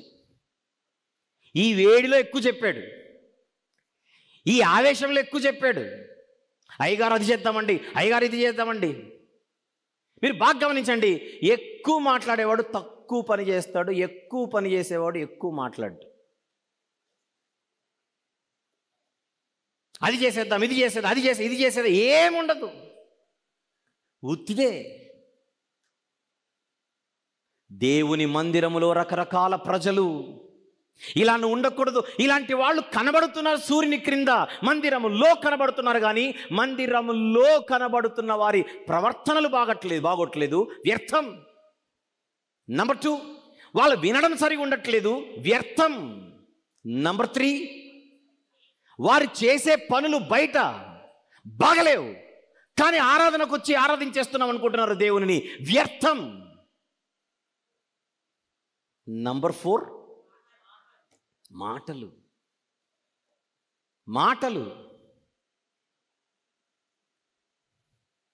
విషయం ఏంటంటే, ఆ తొందరపడి ఆవేశంలో మాట్లాడుతూ కొన్ని సందర్భాలలో అయ్యగారికి మాట ఇవ్వడమే కాదు, దేవునికి కూడా మాట ఇచ్చేస్తున్నారు.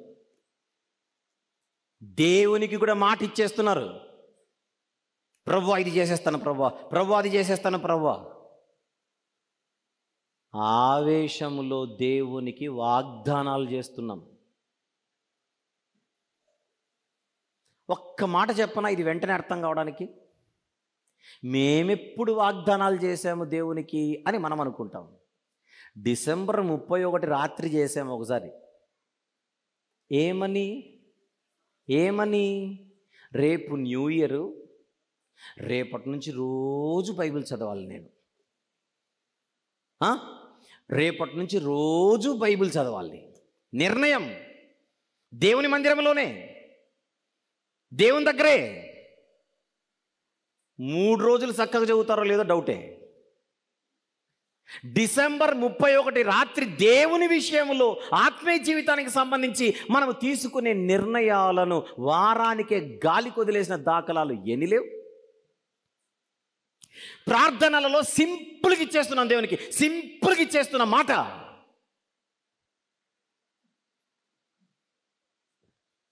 ఏమంటున్నాడో చూద్దాం. 4వ వచనం, నీవు దేవునికి మ్రొక్కుబడి చేసుకొనిన ఎడల దానిని చెల్లించుటకు ఆలస్యము చేయకుము, బుద్ధిహీనుల యందు ఆయనకు ఇష్టము లేదు. అది బుద్ధిహీనత.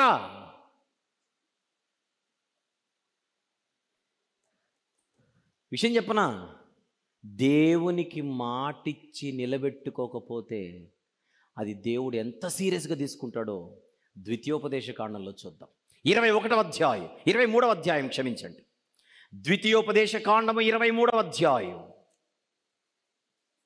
ద్వితీయోపదేశ కాండము 23వ అధ్యాయం 21 నుండి 23 వచనములు, 21 నుండి 23 వచనములు. నీవు నీ దేవుడైన యెహోవాకు మ్రొక్కుకొన్న తరువాత ఆ మ్రొక్కుబడిని చెల్లించుటకు తడవు చేయకూడదు. నెక్స్ట్ మాట ఏముందో చూడండి. నెక్స్ట్ మాట ఏముంది, ఒకవేళ తూచి అయిపోయింది, అప్పుడేదో ఆవేశంలో అన్నాను, అప్పుడేదో తొందరలో అన్నాను అని మనం అన్నా, నీ దేవుడైన యెహోవా తప్పక నీ వలన దానిని రాబట్టుకొనును. ఎట్లుందన్నమాట? ఎలా ఉందన్నమాట?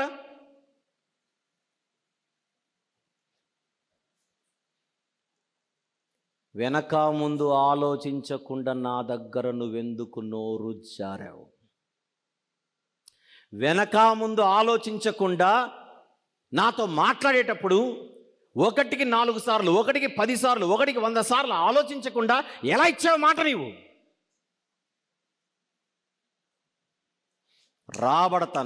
రాబడతాను. నన్ను గౌరవించడం నీకెక్కేంత వరకు నీకు బుద్ధి చెప్పక మానను. అది నీకు పాపమగును.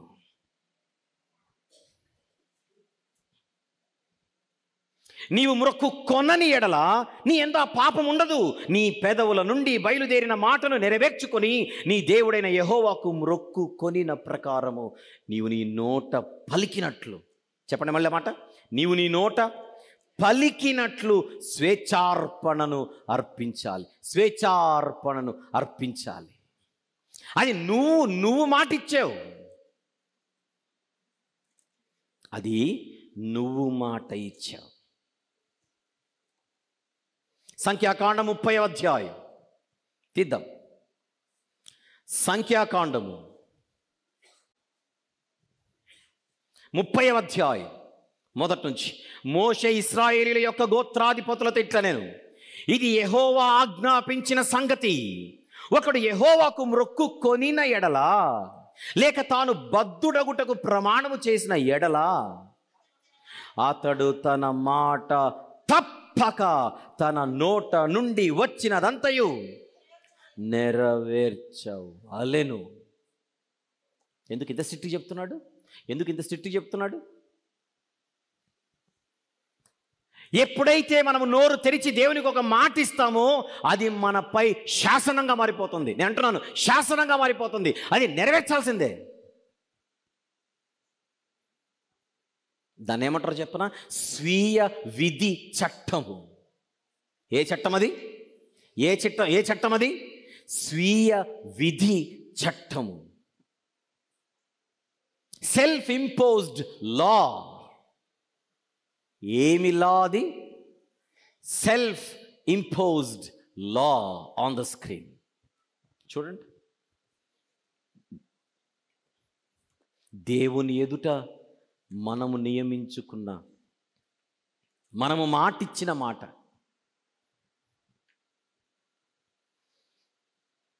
దేవుని దగ్గర ఇది చాలా తీవ్రమైంది, చాలా తీవ్రమైంది. వద్దాం ప్రసంగి గ్రంథానికి. బుద్ధిహీనుల యందు ఆయనకి ఇష్టము లేదు, నీవు మ్రొక్కుకొని దానిని చెల్లించుము. నీవు మ్రొక్కుకొని చెల్లింపకుండుట కంటే మ్రొక్కు కొనకుండుటయే మేలు. నీ దేహమును శిక్షకు లోపరుచునంత పని నీ నోటి వలన జరగనీయకము. ఇచ్చిన మాట దేవునికి ఇచ్చిన మాట నెరవేర్చకపోతే శిక్ష తప్పదు. అది పొరపాటు చేత జరిగేనని దూత ఎదుట చెప్పకుము. ఎవరి దూత? దూత అంటే ఎవరిక్కడ? ఎవరు దూత? దూత ఎదుట ఈ మాట చెప్పకు, అది పొరపాటు అయిపోయింది, పొరపాటున మొక్కున్నాను, తొందరపడి మొక్కుకున్నాను, ఆవేశంలో మొక్కుకున్నాను, అనాలోచనలుగా మొక్కేశాను, లైట్గా తీసుకోండి అని చెప్పకు దూతకు. ఇక్కడ దూత అంటే ఎవరో చూద్దాం ఒకసారి. దూత అంటే ఎవరో చూద్దాం. హగ్గయి గ్రంథం మొదటి అధ్యాయం, హగ్గయి గ్రంథం మొదటి అధ్యాయం 13వ వచనము చూద్దామా? 13. అప్పుడు యెహోవా దూతైన హగ్గయి.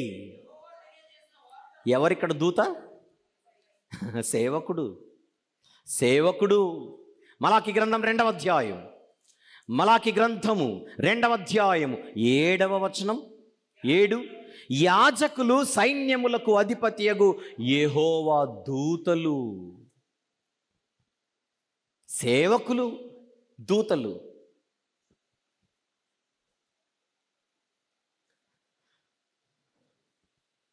అయ్యగారు,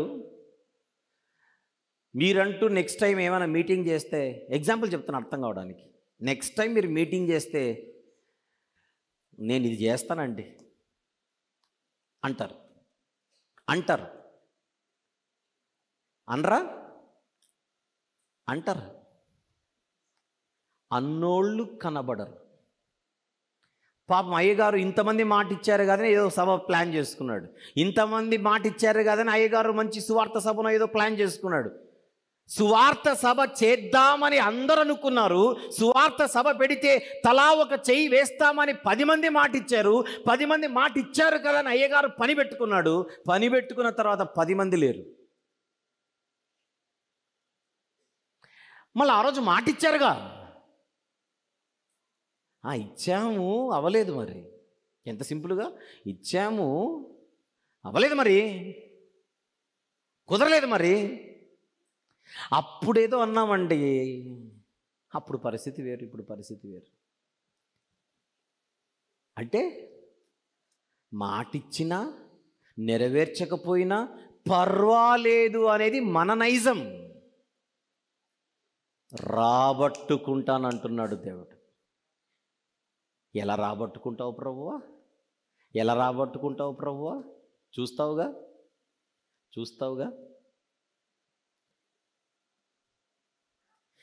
ఈ ప్రసంగి గ్రంథం 5వ అధ్యాయంలో ప్రారంభపు పోర్షన్ మనం చదువుతోంది. ఇదంతా ఏం చెబుతోందని అడుగుతుంది, ఏమి చెబుతోందని అడిగితే, నెవర్ అండర్ ఎస్టిమేట్ గాడ్. దేవుని ఎప్పుడు తక్కువ అంచనా వేయకూడదు ఎవరైనా. అది కాన్సెప్ట్ ఇక్కడ. తక్కువ అంచనా వేయడం దేవుణ్ణి. గేమ్స్ ఆడకూడదు దేవునితో గేమ్స్ ఆడడానికి కుదరదు. ఈజీగా తీసుకోవడానికి కుదరదు. లైట్ తీసుకో ప్రభు, ఆ రోజు ఏదో అన్నాను కానీ కుదరలేదు, మరి లైట్కి తీసుకో, కుదరదు. ఇదంతా తోలొలుస్తానంటున్నాడు అక్కడ. శిక్ష. దేనికి శిక్ష? దేహానికి శిక్ష. మందిర పరిచర్యకు 10 రూపాయలు ఇస్తానన్న మనిషి కనబడలేదు. మీరేమనుకోకుండా ఒక మాట చెప్తాను, ఏదో సువార్త సభనో మందిర పరిచయం మొత్తానికి మాట ఇచ్చాడు. నేను మాట ఇచ్చిన వాళ్ళ గురించి మాట్లాడుతున్నా. దేవుని పనికి ఇస్తానని మాటిచ్చిన మనిషి మాట తప్పితే 10 రూపాయల కొరకు మాట తప్పినోడికి 10,000 రూపాయల పనిష్మెంట్ వేస్తాడు. ఆసుపత్రికి వెళ్ళి కట్టుకొని వస్తాడు. ఏమోనండి అయ్యగారు, ఏం అర్థం కావట్లేదు. ఈ మధ్య అన్ని దెబ్బ మీద దెబ్బ. ఎందుకంటారు అయ్యగారు? అప్పుడు అయ్యగారు చెప్తాడు, నీకు జ్ఞాపకం ఉందా? అవును, హాస్పిటల్ బిల్ ఎంతైంది బాసు? 10,000 అండి. అప్పుడు సభకి ఎంత ఇస్తానన్నావు? 10 రూపాయలు అండి. నీకు అర్థమైందా మ్యాటర్ ఇప్పుడు అంటాడు అయ్యగారు. ఇప్పుడు నీకు అర్థమైందా? నీ జీవితంలోనూ దేవునిని లైట్గా తీసుకున్నావు, అందుకే ఆయనేంటో చూపిస్తున్నాడు నీకు.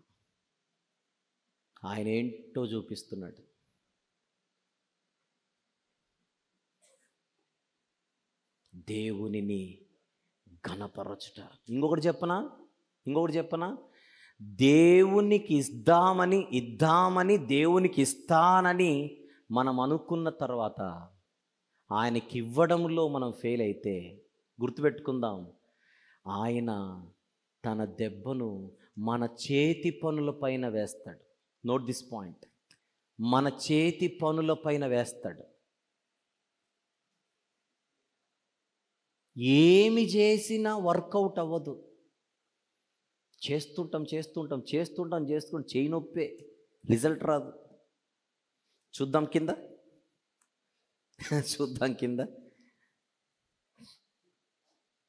నీ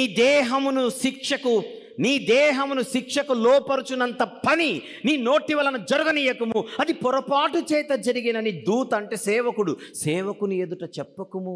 నెక్స్ట్ మాట, నీ మాటల వలన దేవునికి కోపము పుట్టించి నీవేళ నీ కష్టమును వ్యర్థపరుచుకునేదవు. అండర్లైన్ చేయండి అన్నమాట. నీ కష్టమును వ్యర్థపరుచుకునేదవు అంటే అర్థం ఏంటి? నీ జీవితంలో నువ్వు ఎంత కష్టపడినా నీకు రిజల్ట్ నువ్వు అనుకున్నంత రాదు. కారణం, నువ్వు దేవునికి కోపము పుట్టించావు. In English show it. ప్రసంగి గ్రంథం 5వ అధ్యాయం ఆ లాస్ట్లో చూడండి. Why should God be angry at what you say and destroy the work of your hands? Why should God be angry at what you say and destroy the work of your hands? నీ చేతి పనులను ఆయన నాశనం చేస్తాడు.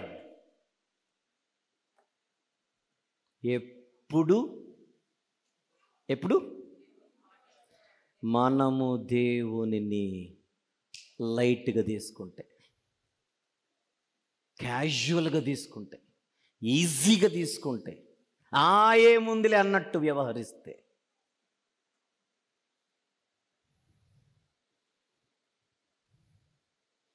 అధికమైన స్వప్నములను మాటలను నిష్ప్రయోజనములు.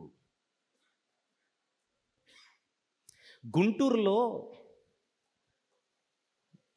ఒకసారి పౌలు గారి ప్రయాణాలని ఒక పాఠం చెప్పాను 3 రోజులు. చెప్పిన తర్వాత అడుగుతాం కదా, ఏం నేర్చుకున్నారు, మీకు ఏం అర్థమైంది అని అడిగితే, ఒక యవనస్తుని అడిగాను ఈ మాట. 3 రోజులు విన్నావు కదా వాక్యం, పౌలు గారి ప్రయాణం. మీరు ఎంతమంది విన్నారు చెప్పండి? పౌలు గారి ప్రయాణాలు విన్న వాళ్ళు చేయొద్దండి. 3 రోజులు రైట్ అంటే యూట్యూబ్లో. అవి విన్న తర్వాత మామూలుగా అడిగాను, ఈ 3 రోజులు వాక్యం విన్నావు కదా, నువ్వేం నేర్చుకున్నావు అంటే, నేను పౌలు గారి గురించో ఆయన ప్రయాస గురించో ఆయన స్ఫూర్తి గురించి ఏమైనా చెబుతాడేమో అని నేను అనుకుంటే, ఆ యవనస్తుడు అన్నాడు, ఈ 3 రోజులు వాక్యం విన్న తర్వాత నాకేమనిపించిందంటే, నేనెప్పుడు అట్లా చెప్తానా అని నాకు ఫీలింగ్ కలిగింది అన్నాడు. అంటే 3 రోజులు విన్న తర్వాత మనోడు డ్రీమ్స్లో ఉన్నాడు. డ్రీమ్స్, స్వప్నములు, కలలు కలలు కంటున్నాడు అంటే 3 రోజులు వాక్యం వినేటప్పుడు నేను ఎప్పుడు అలా స్టేజ్ ఎక్కుతాను, నేను ఎప్పుడు అలా చెబుతాను, నేను ఎప్పుడు అలా చూపిస్తాను, నేను ఎప్పుడు అలా వివరిస్తాను, ఆ స్వప్నాలలో ఉన్నాడు. ఎందుకు చెబుతున్నారు, ఎవరి గురించి చెబుతున్నారు, ఎందుకోసం ఈ మీటింగ్స్, ఇవన్నీ వెళ్ళిపోయాయి. What will happen?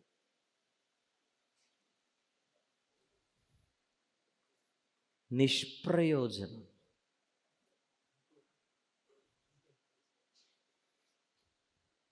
చిన్నప్పుడు ఒక కథ,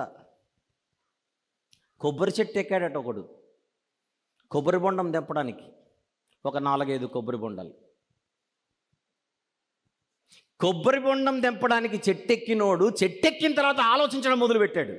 ఇప్పుడు ఈ కొబ్బరి బొండాలు కొట్టుకున్న తర్వాత నేనేం చేయాలి అని. అక్కడ చెట్టు మీద అడిగా కొయ్యలేదు, చెట్టు మీద ఉన్నాడు. అప్పుడు ఆలోచిస్తున్నాడట, ఈ కొబ్బరి బొండాలన్నీ కొట్టిన తర్వాత ఇవి నేను ముందు తాగకూడదు. ఫస్ట్ ఆ నిర్ణయం తీసుకున్నాడు. పైన ఏం చేయాలి, ఈ కొబ్బరి బొండాలు నేను అమ్మాలి, అమ్మితే పైసలు వస్తాయి, వచ్చిన పైసలను కూడా నేను వేస్ట్ చేయను. ఏం చేస్తావు? తను ఆలోచిస్తున్నాడు, ఏం చేద్దాం, ఒక కోడిని కొంటాను. కోడి, ఏ కోడి? గుడ్లు పెట్టే కోడిని కొంటాను. ఇడింగా పైనే ఉన్నాడు, కోడిని కొనేశాడు. ఇప్పుడు చెట్టు మీద గుడ్లు పెట్టే కోడిని కొని, ఆ కోడి గుడ్లు పెట్టిన తర్వాత ఆ గుడ్లను నేను ఆమ్లెట్ చేసుకోను, పొదిగిస్తాను, పిల్లలు వస్తాయి, ఆ పిల్లల్ని పెంచుతాను. అలా ఎక్కువగా కోళ్ళు పెంచేసి ఒక కోళ్ళ ఫారంని పెడతాను. ఇంతకు ఎక్కడున్నాడు వీడు? సెట్టు మీదనే ఉన్నాడు. సెట్టెక్కినోడు కోళ్ళ ఫారం పెట్టాడు. ఇప్పుడు అలా బాగా కోళ్ళ ఫారం పెట్టిన తర్వాత బాగా పైసలు వస్తాయి. బాగా పైసలు వచ్చిన తర్వాత ఏం చేయాలి? అప్పుడు చేసుకుంటాను పెళ్ళి. పెళ్ళి ప్లానింగ్ అదంతా. పెళ్ళి ఇప్పుడు చేసుకోను, నేను అప్పుడు చేసుకుంటాను. ఎక్కడున్నాడు వీడు? సెట్టు మీద ఉన్నాడు. పెళ్ళికి ప్లాన్లు చేస్తున్నాడు. అలా బాగా డబ్బులు వచ్చిన తర్వాత ఇండియాలో ఏ అమ్మాయిని చేసుకోను నిర్ణయం. ఇంగ్లాండ్కి వెళ్ళి యువరాణినే చేసుకోవాలి, ఇంగ్లాండ్ యువరాణిని చేసుకోవాలి. ఫ్లైట్ ఎక్కుతాను, యువరాణి దగ్గరికి వెళ్తాను. యువరాణి దగ్గరికి వెళ్ళిన తర్వాత ఆమెకు నేనే ప్రపోజ్ చేస్తాను. ఎక్కడున్నాడు? ఆడే ఉన్నాడు, చెట్టు మీదే. వాడు ఇప్పుడు చెట్టు మీద నుంచి ఇంగ్లాండ్కి వెళ్ళేసరికి చెట్టు మీద కళ్ళు కూడా మూసుకొని ఆలోచిస్తున్నాడు ఇప్పుడు ఇంగ్లాండ్లో ఉన్నట్టుగా. ఫైనల్గా ఆ యువరాణిని నేను ఎట్లా ప్రపోజ్ చేస్తానంటే, ఒక రోజా పువ్వు తీసుకొని కింద కూర్చొని మోకరిల్లి అలా ఇస్తానని చెట్టు మీద మోకరిల్లాడు స్వప్నంలో. వాడు చెట్టెక్కినోడు లీనమైపోయాడు, ఇన్వాల్వ్ అయిపోయాడు. ఇప్పుడు ఎదురుగా యువరాణి ఉందనుకున్నాడు, చేతిలో రోజా పువ్వు ఉందనుకున్నాడు, పైన ఇప్పుడు బెండ్ అయ్యాడు, మోకరిల్లాడు. కొద్దిసేపటికి 3-4 క్షణాలు గాలిలో తేలుతున్నట్టు కనిపించింది తనకి.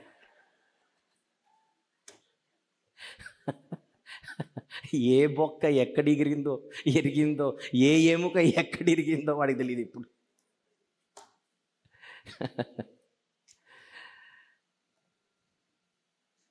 ఆడు సెట్ ఎక్కి పని చూసుకోవట్లా, ఎక్కువ ఆలోచించాడు. ఎక్కువ ఆలోచిస్తే ఎక్కువ కలలు వచ్చేసాయి. ఎక్కువ కలలు వచ్చేసరికి పడి చచ్చాడు. కలలు గంటే సరిపోదు, ఇంప్లిమెంట్ చేయాలి.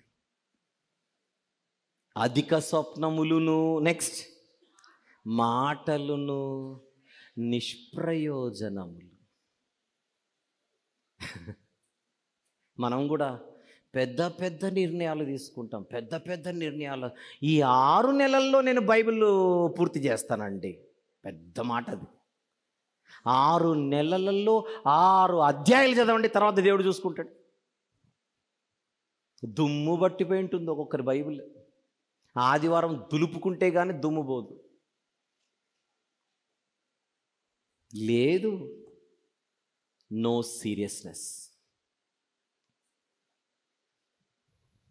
యెషయా గ్రంథంలో మందిరానికి వస్తున్న వారిని చూసి దేవుడు ఆనందిస్తున్నాడా, ఆవేదనలో కనబడుతున్నాడా? మీరు చెప్పండి. ఇందాక చదివాం మనం, ఆవేదన. వస్తున్న మనం అనుకుంటున్నాం ఆరాధిస్తున్నామని, వస్తున్న మనల్ని చూసి ఆయన ఆవేదనకు లోనవుతున్నాడు. ఆరాధన మనది, ఆవేదన ఆయనది. ఇది స్టోరీ.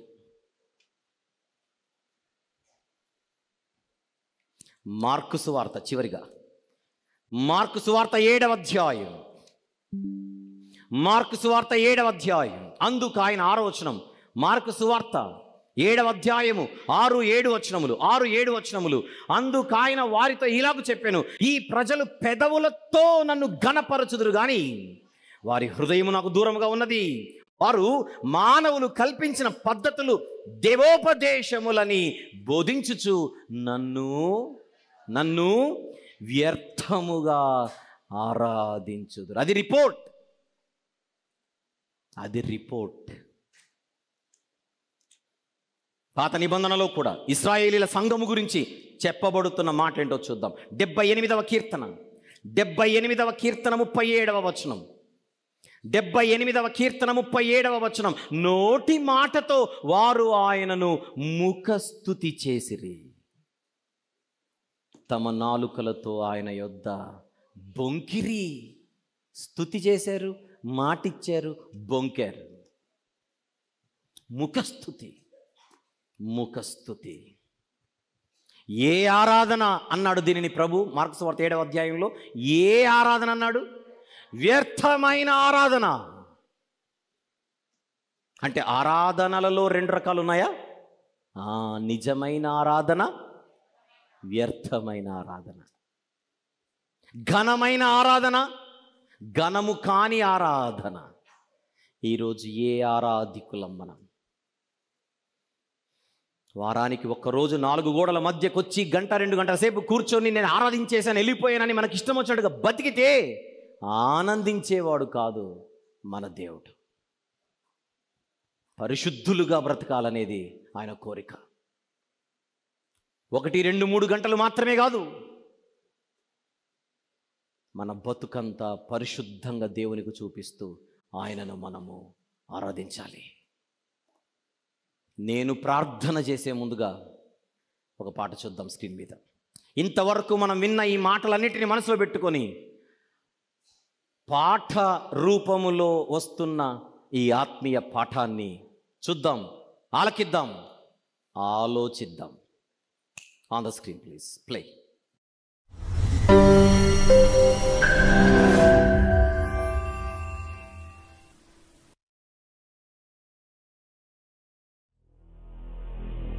మనం చేసే ఆరాధన ఆవేదనలో ఉన్న తండ్రికి ఆనందం కలిగించాలి. ఆయనకు ఆనందం కలిగించే ఆరాధన ఏంటో ఈ పాట వింటూ ఆలోచిద్దామా?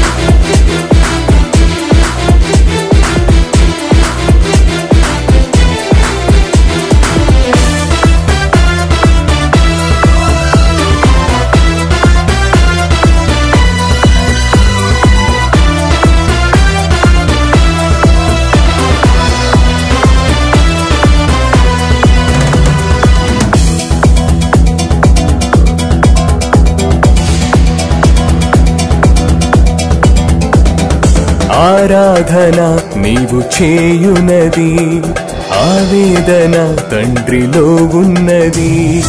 ఆరాధన నీవు చేయునది, ఆవేదన తండ్రిలో ఉన్నది. ఏది నిజమైనది, ఏది ఘనమైనది, ఏది సరి అయిన ఆరాధన తెలుసునా? ఏది నిజమైనది, ఏది ఘనమైనది, ఏది సరి అయిన ఆరాధన తెలుసునా? ఆరాధన నీవు చేయునది, ఆవేదన తండ్రిలో ఉన్నది. ఆరాధన నీవు చేయునది, ఆవేదన తండ్రిలో ఉన్నది. వారానికి ఒక్కరోజు ఏవో 4 గోడలు కట్టుకొని అదే ఆరాధన స్థలం అని చెబుతూ ఆరాధన అన్న పేరుతో ఈరోజు దేవుణ్ణి ఒక చిన్ని ప్రాంతానికి పరిమితం చేశారు. మహాకాశములే పట్టని దేవుడు ఆ చిన్ని 4 గోడల మధ్య ఉండగలడు. అది కూడా నువ్వు వారానికి ఒక్కరోజు పెట్టుకుని. It is Sunday, in fact it is 1 day. Sunday అంటున్నామే కానీ 1 డే అని మర్చిపోయాం. 1 డే వర్షిప్. ఆ ఒక్కరోజు మనకు భక్తి వచ్చేస్తుందా? ఆ ఒక్కరోజు 2 గంటల పాటు ఆ 4 గోడల మధ్య కూర్చుండి దేవుడా నీ గొప్పవాడవి అని దేవునికి సర్టిఫికెట్ ఇచ్చేస్తే దేవుడు ఆనందిస్తాడా? వారానికే దినమొకటిని ఆరాధన కొరకే ఎన్నుకొని పలుగోడలే కట్టుకొని ఆరాధన చోటే ఇది అనెదవు. వారానికే దినమొకటిని ఆరాధన కొరకే ఎన్నుకొని పలుగోడలే కట్టుకొని ఆరాధన చోటే ఇది అనెదవు. మహాకాశములే పట్టజాలని దేవుడు ఈ హస్త నిర్మాణములు ఉండున తన ఆలయమే మన దేహముగా తన హస్తముతో తానే నిర్మించిన. ఆరాధన నీవు చేయునది, ఆవేదన తండ్రిలో ఉన్నది. ఆరాధన నీవు చేయునది, ఆవేదన తండ్రిలో ఉన్నది. 1 గంట 2 గంటల పాటు ఏదో పాడి ఏదో ఎగిరి 100% ఛార్జింగ్ అయిపోయి మళ్ళీ 0% తగ్గిపోయినట్టుగా సోమవారం శనివారం వరకు ఇంటికి వెళ్ళిపోవడమా? అదే ఆరాధన? ఇదేనా మనం అర్థం చేసుకుంది? దేవుడు పాపములు పడి ప్రజలందరూ దేవునికి దూరం అవుతుంటే మీరు లోకానికి ఉప్పై ఉన్నారు, మీరు లోకములకు వెలుగై ఉన్నారని ఎవరైతే పిలువబడుతున్నారో ఈరోజు వారిని వారు పరిశుద్ధంగా పెట్టుకుంటూ 10 మందిని పరిశుద్ధతలోకి తీసుకొని వస్తే దేవుడు ఆనందించే ఆరాధన కాదంటారా చెప్పండి?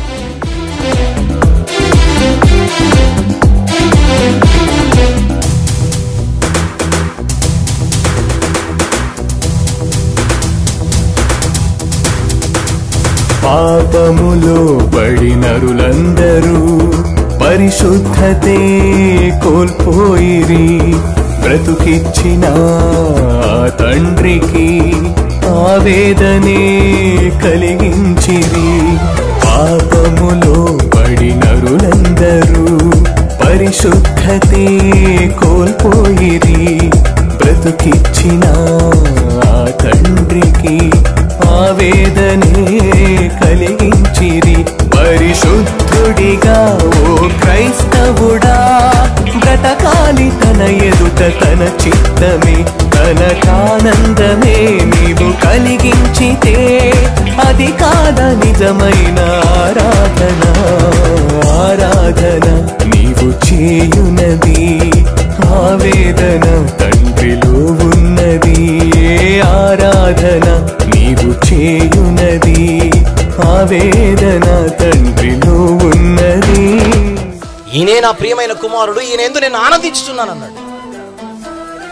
అదే యేసుప్రభు అంటున్నాడు సమరయ స్త్రీతో, మీరు మీకు తెలియని దానిని ఆరాధించుచున్నారు, మేము మాకు తెలిసిన దానిని ఆరాధించుచున్నాం. ఆత్మతో సత్యముతో ఆరాధించాలంటున్నాడు. పరలోకపు తండ్రి ఆనందించే ఆరాధనలో కుమారుడు ఉన్నట్టుగా మనం బైబిల్లో చూస్తున్నాం. ఎప్పుడు ఎగరలేదే, ఎప్పుడు గెంతులు వేయలేదే, ఎప్పుడు కేకలు వేయలేదే. నేను చెప్పు వాటిని మీరు చెయ్యక ప్రభువా ప్రభువా అని నన్ను పిలుచుట ఎందుకు అంటున్నాడు. చూడండి, ఆయన మాటలు పాటించకుండా స్తుతించితే ప్రభువా అని పిలుచుట వ్యర్థమే. పాటిస్తూ స్తుతిస్తే అది ఆత్మతో సత్యముతో ఆరాధించడం. ఒక ఆత్మను రక్షించాలని ప్రతిరోజు ప్రయత్నిస్తే అది కాదా నిజమైన ఆరాధన? చెప్పండి.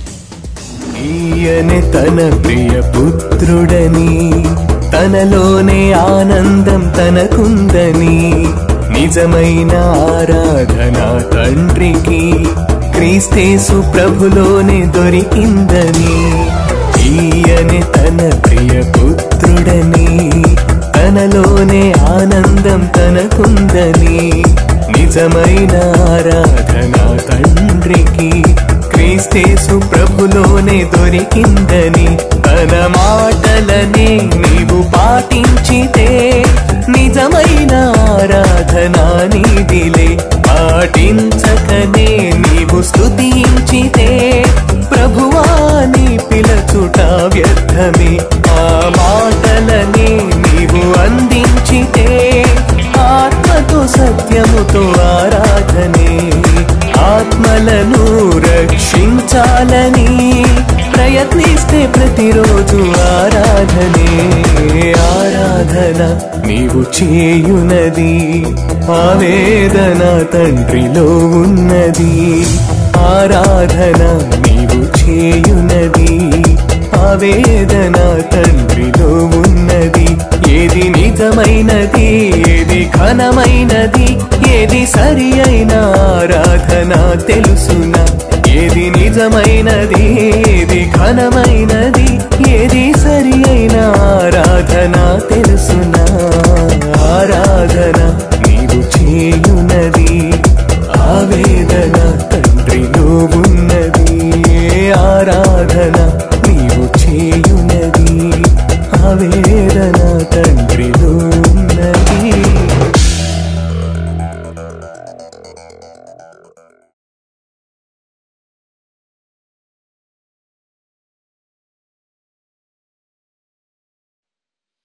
ముగిద్దాం. యోహాను సువార్త 8వ అధ్యాయం. యోహాను సువార్త 8వ అధ్యాయం తీద్దాం. ముందుగా 30వ వచనం. ఆయన ఈ సంగతులు మాట్లాడుచుండగా అనేకులు ఆయన యందు విశ్వాసముంచిరి. బాగుంది, నమ్మారు. ఇప్పుడు కింది వచనం చూడండి, 31. కాబట్టి యేసు తనను నమ్మిన యూదులతో, నమ్మనోళ్లతో కాదు, నమ్మిన యూదులతో, మీరు నా వాక్యమందు నిలిచిన వారైతే నిజముగా నాకు శిష్యులై ఉండి సత్యమును గ్రహించెదరు. అప్పుడు సత్యము మిమ్మును స్వతంత్రులుగా చేయ. నమ్మితే సరిపోదు, నా వాక్యమందు నిలవాలి, నా మాటల యందు నిలవాలి. అప్పుడే నేను ఆనందించేలా మీ ప్రవర్తన ఉంటుంది, నేను ఆనందించేలా మీ ఆలకించడం ఉంటుంది, నేను ఆనందించేలా మీ బయట పనులుంటాయి. వాక్యం ఉంటే లోపల నేను ఆనందించేలా మీ మాటలు ఉంటాయి, మీ ప్రార్థనలు ఉంటాయి.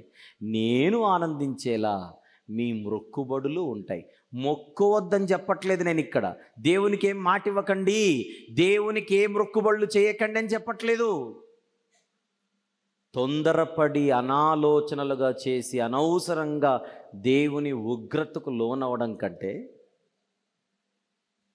మాటిద్దాం, నెరవేరుద్దాం. అది శ్రేష్టం, అది శ్రేష్టం. మందిరానికి రావద్దనట్లా, ఇదంతా విన్న తర్వాత మందిరానికి వెళ్తే పెద్ద ప్రయోజనం లేదు అని రాసుకుంటే అది మీ తప్పు అవుతుంది. ఎలా రావాలి, ఏ స్థితిలో ఆయనకు కనబడాలి. ముగిద్దాం. ప్రసంగి గ్రంథం 5వ అధ్యాయం 7వ వచనం. అధికమైన స్వప్నములను మాటలను నిష్ప్రయోజనములు నీ మట్టుకు నీవు దేవుని యందు భయభక్తులు కలిగి ఉంటాము. అది దేవుడు కోరుకుంటోంది. భయము భక్తి కలిగి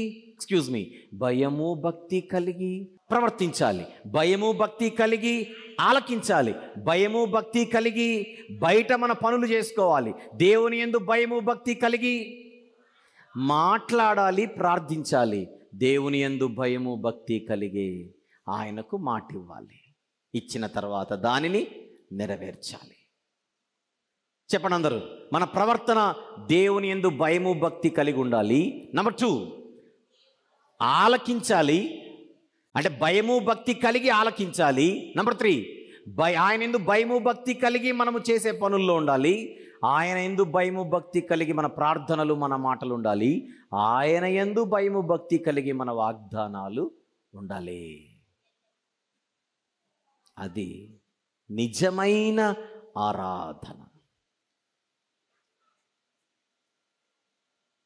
అది చేయకపోతే దేవునిని మనము తక్కువగా అంచనా వేయడం అవుతుంది. దానిని అండర్ ఎస్టిమేటింగ్ గాడ్ అంటారు.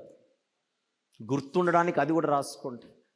అండర్ ఎస్టిమేటింగ్ గాడ్, దేవునిని తక్కువగా అంచనా వేయుట. ఏం కాదులే అన్న వైఖరి.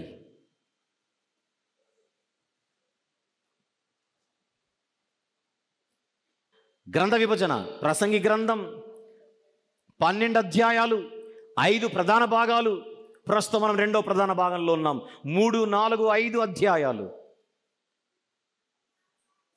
ఆ 2వ ప్రధాన భాగాన్ని 7 ఉపభాగాలుగా విభజించుకున్నాం. ఆ 7 ఉపభాగాలలో ఇప్పుడు మనం మాట్లాడుకుంది 6వ ఉపభాగం, 1వ వచనము నుండి 7వ వచనం వరకు 5వ అధ్యాయంలో. దీనికి ఒక టైటిల్ ఇద్దాం ఆన్ ద స్క్రీన్. ఇంకొకటి ఇచ్చాను తమరికి, దీనికంటే అది రాసుకోండి. వ్యర్థమైన ఆరాధన, వెయిన్ వర్షిప్. ఇది రాసుకోండి, వెయిన్ వర్షిప్, వ్యర్థమైన ఆరాధన. సూర్యుని క్రింద, అది ట్యాగ్ చూపించాలి నన్ను. సూర్యుని క్రింద సొలొమోను గారికి కనబడింది ఒక అక్రమం. ఆయన యొక్క జనరల్ అబ్జర్వేషన్లో ఏమిటా అక్రమం? దేవుని మందిరములో జనులు అక్రమంగా కనబడ్డారు. మందిరములో కనబడ్డం కాదు, మందిరములో క్రమముగా కనబడుటే. అర్థం అలా జరగకపోతే వ్యర్థం. అది పరిస్థితి. ప్రసంగి గ్రంథములో అడుగడుగున ప్రతి చోట దేవుని గురించి చెప్పడానికే ప్రసంగి గారి ప్రయత్నం. అందుకే ప్రసంగి గ్రంథం చదివేటప్పుడు ఎప్పుడు కూడా ఆయన ఏదో అన్ని అనుభవించి ఒక సన్యాసిలాగా మారిపోయి అవన్నీ రాశాడండి అనుకుంటే మన బుద్ధిహీనత. అట్లనా చదివేది గ్రంథం? అలానా మనం బైబిల్, అలానా ఈ ప్రసంగి గ్రంథాన్ని చూడాల్సింది? అందుకే ఆయన ప్రసంగి మాత్రమే కాదు, కొహెలెత్ అని చెప్పాను ప్రారంభంలో. సంఘ నాయకుడు, సంఘానికి మెసేజ్ ఇస్తున్నాడు. నేర్చుకోవాలి, నేర్చుకోవాలి. ఈ రాత్రి దేవుడు మనకిచ్చే ఆహారాన్ని భుజించి మంచి విశ్రాంతి తీసుకొని రేపు ఉదయపు పరిచర్యకు సిద్ధపడతాం. అందరు లేచి నిలబడినట్లయితే ముగింపు ప్రార్థన మనం చేసుకొని ముగించుకుందాం. ప్రార్థనలో ఏకీభవిద్దాం. ప్రేమగల తండ్రి, కృపగల దేవ, జీవం గల నాయన, పరిశుద్ధుడైన మహా గొప్ప దేవ, ఈ 3వ దినపు రాత్రి వేళ ఈ సభను మీరు దీవించినందుకు స్తుతులు చెల్లిస్తున్నాము నాయన. మీ మందిరములో అడుగు పెడుతున్నాము, కానీ మీ సన్నిధిలో కనబడుతున్నాము, కానీ మేము మార్చుకొనవలసినవి ఎన్నో ఉన్నాయి. సూర్యుని క్రింద తండ్రి కనబడుతున్న వ్యర్థమైన ఆరాధన అక్రమమని, అది క్రమము కాదని ఈ హెచ్చరికలు మా అందరికీ మీరు ఇచ్చారు. ఈ ప్రపంచాన్ని క్రమంగా మీరు చేశారు. క్రమమైన వ్యవస్థలు మీరు ఏర్పాటు చేస్తే అక్రమంగా బతుకుతున్న బ్రతుకులు మావి. విని విడిచిపెట్టకుండా పాఠాలు నేర్చుకొని ఈ మాటల ప్రకారంగా మేము ఎదుగుటకు సహాయం చేయమని వేడుకొనుచున్నాం. ఈ సభల కొరకు ఎందరో కష్టపడుతున్నారు నాయన. శరీర, మానసిక, ఆత్మీయ బలాన్ని అందరికీ అనుగ్రహించమని ప్రార్థిస్తూ మీరిచ్చే భోజనాన్ని ఈ రాత్రి భుజించి విశ్రాంతి తీసుకొని రేపు వేకువజాము నుండే మేమందరము పరిచర్య కొరకు సిద్ధపడుటకు సహాయం చేయమని కృపగల శక్తిగల మీ హస్తములకు మమ్మును మేము సమర్పించుకొనుచు మీ సన్నిధిలో మమ్మును మేము తగ్గించుకొనుచు మీ ప్రియ కుమారుడు మా ప్రభు ప్రియరక్షకుడు నజరేయుడైన యేసుక్రీస్తు ప్రభు వారి పరిశుద్ధ నామములోనే ఈ కొన్ని విన్నపములు స్తుతులతో కలిపి మీకే సమర్పించి వేడుకొనుచు పొందుకొనుచున్నాము తండ్రి. ఆమెన్. తండ్రి యొక్కయు కుమారుని యొక్కయు పరిశుద్ధాత్ముని యొక్కయు ప్రేమ కృపా సహవాసము ఇక్కడ కూడిన మనందరితోనూ సార్వత్రిక సంఘమంతటితోనూ సదాకాలము తోడై ఉండి అత్యున్నతంగా నడిపించునుగాక. ఆమెన్. ఆమెన్.